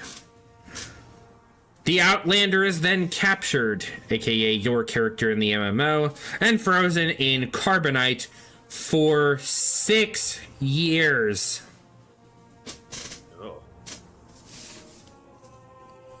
The Eternal Alliance is then founded by the Commander, formerly the Outlander, to oppose the Eternal Empire's rule of the galaxy. It is during these conflicts that the Sith Lord Darth Vitiate, and his last attempt to take control, dies. Records of what happened after are not openly covered yet. But that will come in due time. I will gladly be covering those when we get there. But there's a lot of other stuff. We do end up skipping a whole 130 years. Ooh. Which basically means they don't have anything recorded past Eternal Throne. Yep. So Onslaught is still being written, and they don't have that cataloged yet. 3500 BBY. Republic scouts discover the moon of Akochin, home of the Akochi species, and are astonished to see the seal of the Republic carved into a high plateau on the moon's largest continent. The precognitive Akochi predicted the Republic's arrival by several weeks, and the Akochi leaders have gathered at the mass carving for their first contact with other species. Another 100-year skip. 2 Sith, the Dreamer and the Monster Slayer duel, ending in the death of both. 3350 BBY. The Centrality is founded on an independent territory. 3300. The environmental chaos of Serato caused by the meteor storm finally comes to an end. 3200 BBY. The Yavin system is rediscovered by probe droids exploring the Prelemian trade route spurs but it is cataloged as uninhabitable. 3100 BBY. The Hapen Queen Mother seals the borders of the Hapes Consortium, beginning thousands of years of isolation. 3060 BBY. Varner Hiltz is born on Kesh. 3053. Vandalhelm is discovered by 2 independent prospectors, Vandal and Helm. 3025 BBY. Caretaker Varner Hiltz coins the term the time of the rot to describe the period of upheaval and civil unrest on Kesh. Oh no. Uh-oh. Oh no. Jake. What? Jake. No. Jake, Not they're again. back. They're back. Not again. They're back. They were gone for so long! 3017 BBY. The 17th Alsakan conflict. The last of such conflicts comes to an end. Jesus. 3000 BBY. 3000 BBY. Oh, hey, this is kind of cool. The Gungan species on the planet Naboo undergo a civil war that leads to their unification under Boss Gallo and the founding of the city of Otogunga. Hell yeah, dude. For those who are unaware, that is how the Gungan storyline in the game Galactic Battlegrounds officially goes. Pretty dope. The Legend of Boscala was the entire first 5 parts of the Gungan storyline in Galactic Battlegrounds. So that is neat that I actually have a official time point for that, for when we inevitably play Galactic Battlegrounds. Hell yeah, dude. The Passian Empire colonizes the planet Dathomir, using it as a penal colony. No. The Hapen Royal Guard, or Chumador, first begins service as the Queen Mother's protectors. The planet Jabim is colonized. Varner Hiltz becomes Grand Lord of the Lost Tribe of the Sith. 2992 BBY. The Passian Empire collapses. 2989, nothing of general note happens. 2975, High Lord Edelvrai's mission to the continent of Alansiar ends in failure as the Alansiari shoot down the tribe's airships. High Lord Corson Bendato attempts to invade Alansiar, but is also repelled by the Alansiari. He and the remainder of his forces then assassinate the entire Alansiari war cabinet. Edelvrai and Alansiari allies halt Bentato's attempt to create a second tribe on Alansiar, and the Lost Tribe annexes Alansiar with minimal hostilities. 2974, after the tribe discovers the polar continent of Eshkreen, a chain of events result in the release of the ancient Sith Lord Ramulus Drepa from his imprisonment. Baron Drepa leads a revolt against the Lost Tribe and unearths his Leviathans from Hisal Spire, and then leads an invasion of the city of Tav. Drepa's invasion ends with the Sith Lord's death, and the tribe reasserts control of Cash. That lasted long. 2500s, the battleship era comes to an end thanks to economic strains, and tacticians largely start to prefer fleets of smaller cruisers. Thrawn would be proud.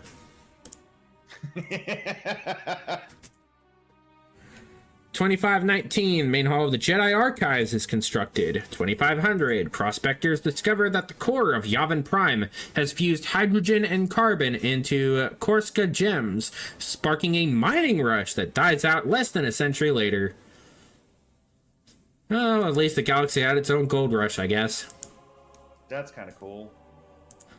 Then we get another massive jump. Galaxy-wide ghost towns. 2367 BBY, the first Priol Dana festival is held on Lemire 4. 2320, the planet Tanab is settled as an agricultural outpost. 2219, the Safa species begins a period that sees them create Safa paintings. 2203, the Shapani bypass was established, being used as a shortcut for Bacta transport between Thyfera and the core worlds. 2200, the Mining Guild claims the planet Rusan along with a number of other worlds in the Tarab sector, but Rusan's mineral deposits prove disappointing. Unsurprising. 2132, the breath stealing occurs on Alphorisis, an event that claims the lives of every child under the age of 8. 2,000 years before the Clone Wars, Dirge is born.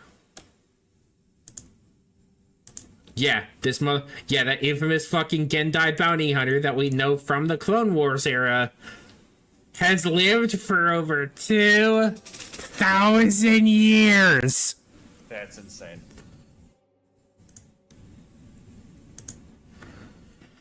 But we now end the old Sith Wars era and enter the Draculch period.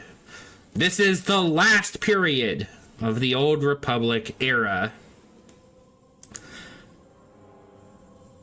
2000 BBY officially marks the Draculch period, and the new Sith War begins with the Fourth Great Schism. Jedi Master Fanius leaves the Order with 50 followers and takes the name Darth Ruin as he founds the new Sith, igniting 1,000 years of conflict with the Sith. A long time. A group of families and friends of members of the Jedi Order flee the early battles of the New Sith Wars, settling on the outer rim planet of Yanabar in hopes of establishing a temporary refuge.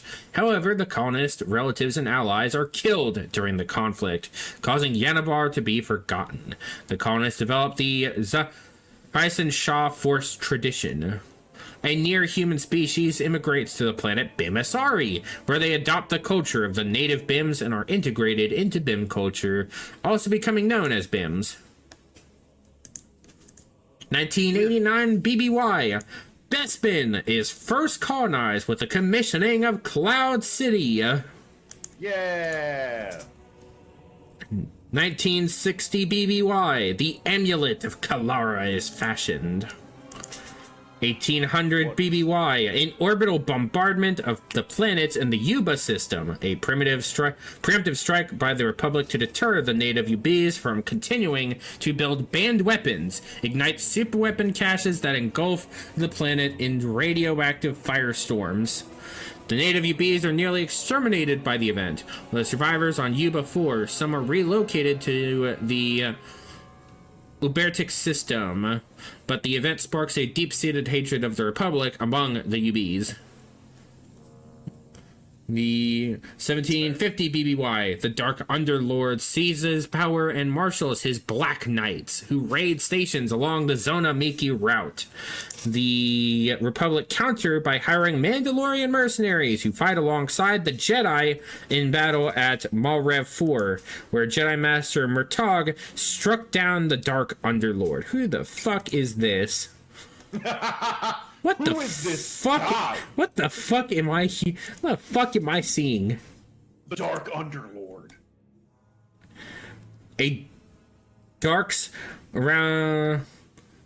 side spirit known as the Dark Underlord reigned as a Dark Lord of the Sith, a shadowy figure of unknown origins. He was rumored to have been summoned from the realm of chaos. What does that mean? The fuck does that mean? The Dark Underlord was a male Sith warlord who rose to leadership over the revived Sith Empire, establishing an alliance known as the Black Knights. Boo. Dumb name. This is so stupid. Oh, no. I know. I am aware now of what this is now. So in Star Wars, the netherworldly realm of chaos is Star Wars version of hell. That's where the Sith go when they die.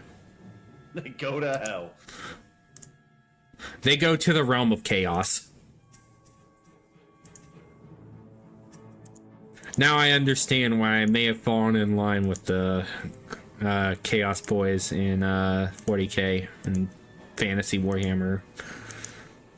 I think it's just because you're an Underlord. This may also be the case. You're not supposed to agree, dude. Takes all the fun out of it. That's the point.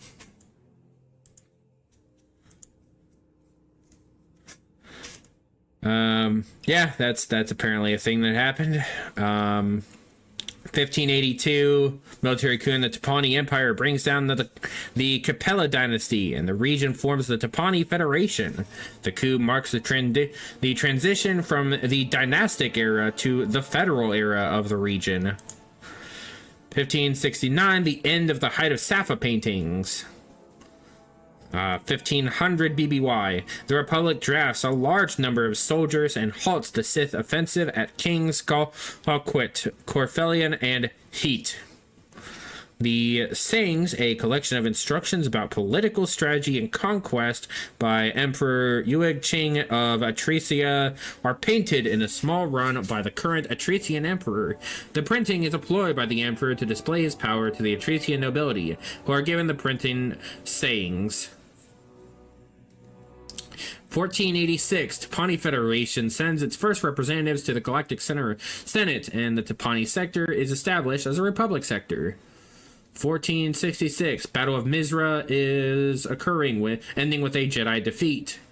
1419, Drapa's Jubilite is discovered on Jebel. 1300, Republic scouts discover the planet Lanbarl in the ore-rich land system. 1250 BBY, the Sith Lord Belia Darzu comes to power, beginning a period known as the Sictus Wars, as she unleashes her Techno Beast. Oh, fucking god, that's where this comes from. They're back! Techno Beast. 20 years later, the Sictus War ends with Darzu's death on Tython. 1196, Hathrox III undergoes Hathrox III undergoes a biochemical civil war that wipes out the entire population. 1154, Begali uprising begins. It sees the Begali and Thyrsis revolt against the ruler of the Echani command over the Six Sisters. Begali rejoins the Echani command less than a century later. 1100 BBY. We are near the end. We're almost there. The Republic Dark Age begins. 1094. City of Zahava is founded on the planet Melita Dawn. 1066. Sith Lord Vilia Calamandra instigates the Charge Matrica, a contest between her 7 children to see which one would become her heir. Crazy. 1058 BBY, the mercenary Aga Awad returns to Mandalore and finds the Kandorian plague has killed his family and most of his clan, and that the Mandalorians are victims of raiders throughout Mandalorian space.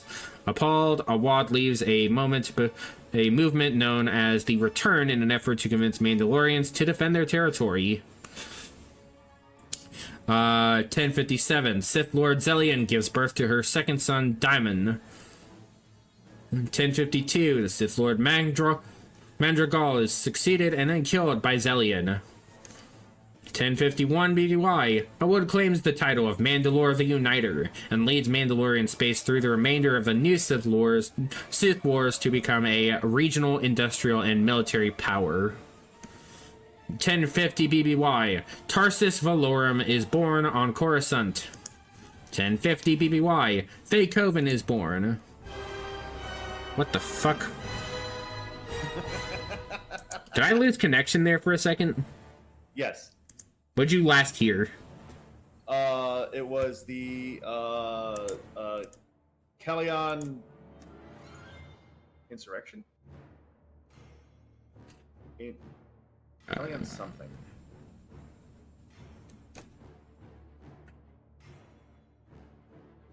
You talk about the Kandorian plague or whatever? No, before that. Before that. I think it's.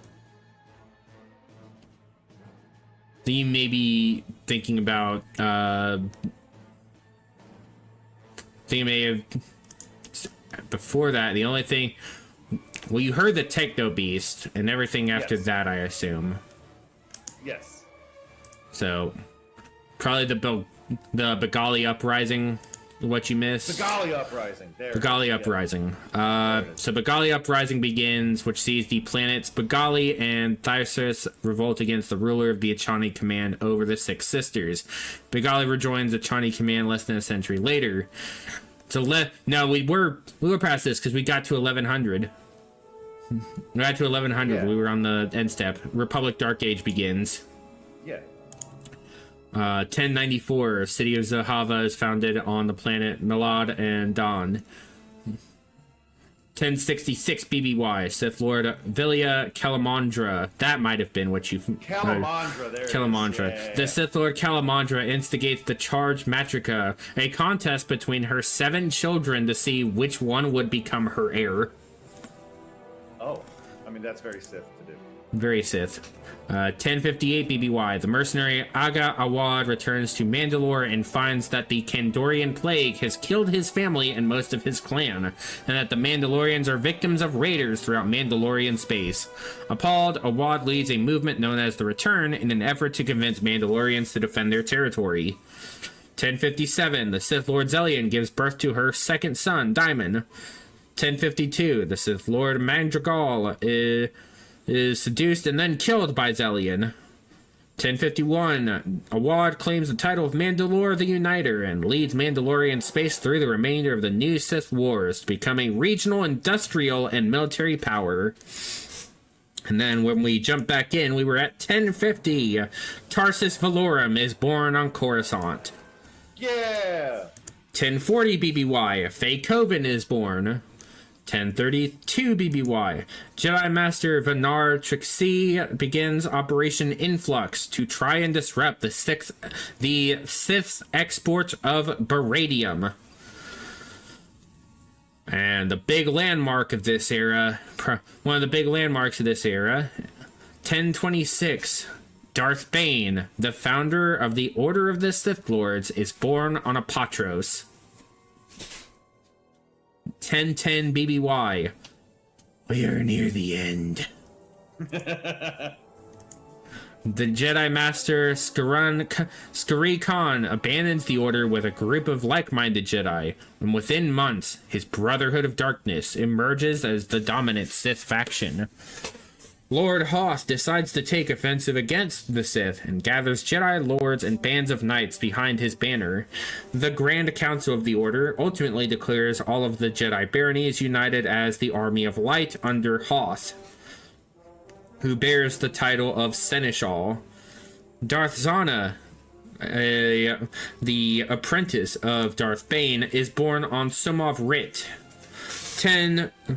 We are at 1006 BBY. The Sith Academy on Korriban is reopened.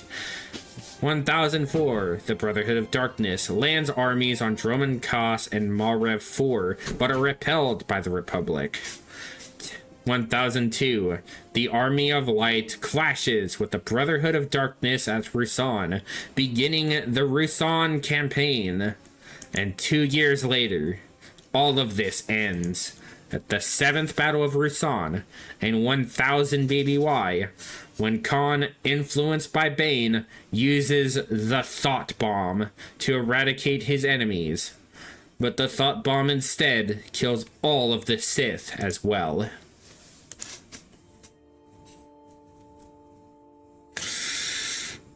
And that is every single part in very short summations of the entire timeline for the Old Republic. Will we be covering every ounce of this? Abso-fucking-lute. Am I dying again? Am I dead? Am I dead to the world? I'm dying. No, I think it's me. Oh, I think I'm done. No, it's definitely me. Oh, okay. No, it definitely was me there for a second. Okay.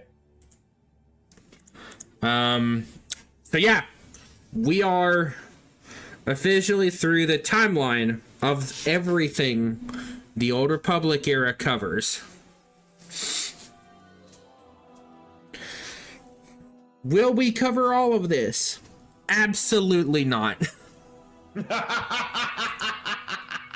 Because there is too much small and not important enough shit that gets brought up here. A number of this I will probably touch on in some parts. Yeah, the big stuff. But the stuff during SWTOR. I will be pretty much... I will say this much. I will be covering everything that occurs in the timeline from...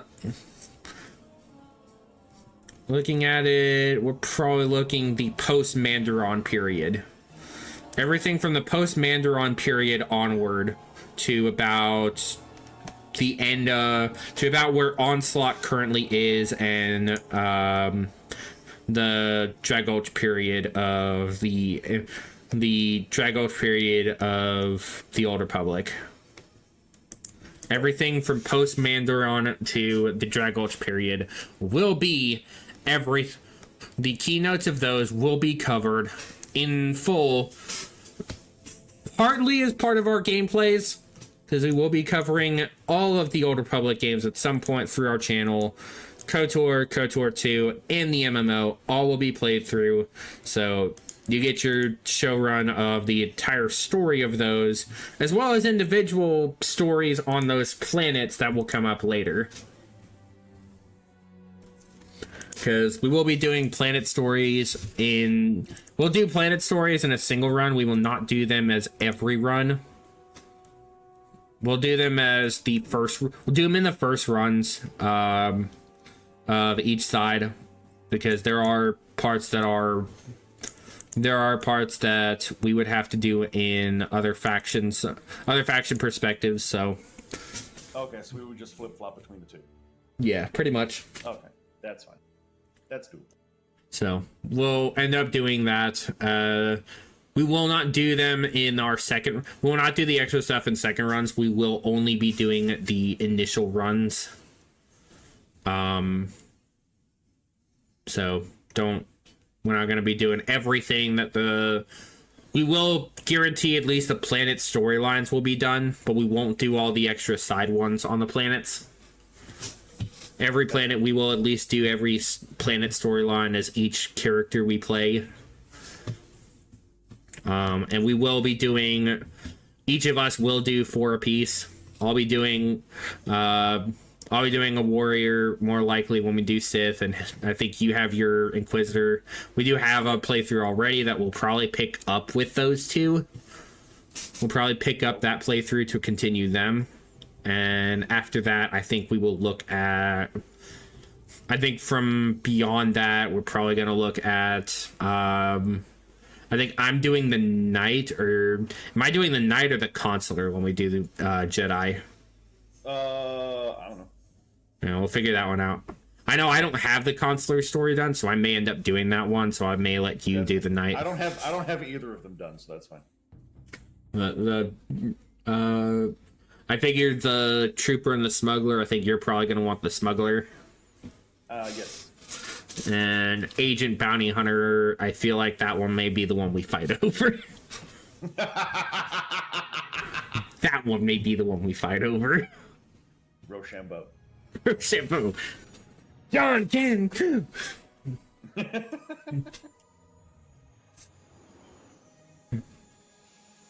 Fucking but we're through the whole timeline list as it is listed. That is the whole timeline.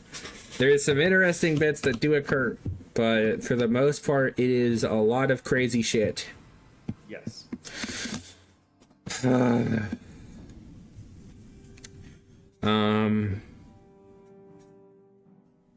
We will be covering, we will not be picking up the Old Republic yet. We will be starting them sometime later on, probably later in the summer. We will do our first official,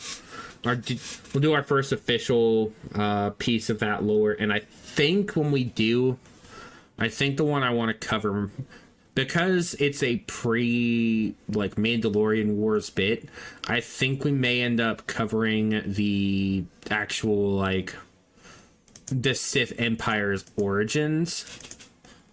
We may do the Sith Empire's origins from everything around that in the post-Mandaron era. Since that's pretty much when their whole thing starts. Yeah. It starts before that, but yeah, that's that. Our next bit, however, I think I have an idea of what I want to do already. Oh, okay. And I brought this up as a concept on the channel before, because I like doing these, and I think they are a fun concept to discuss. I think that what we will end up doing when we get there, next week's discussion will probably... our next discussion is more than likely going to end up being, I think I may finally take the stab at putting a what if out here. Oh yeah. And I have a what if I want to try.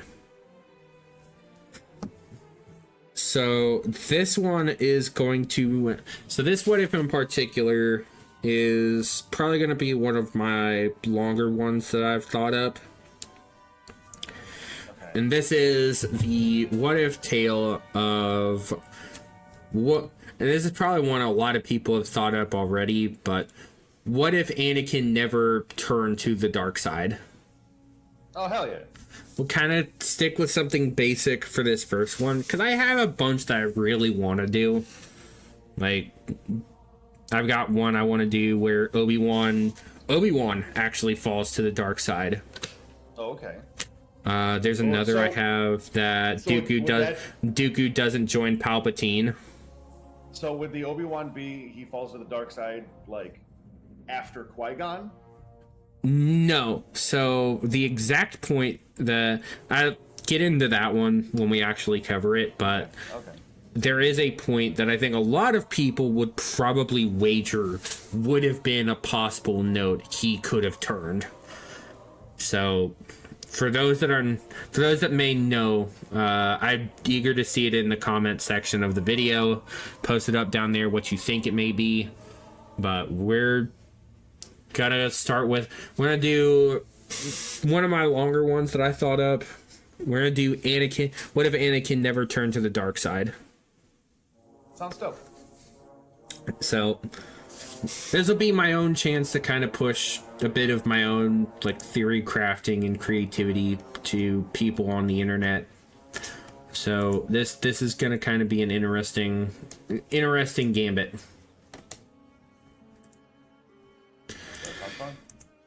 But I do believe that is going to go ahead and end this episode for us, because we've been going for 3.5 hours now. We've been going for a bit.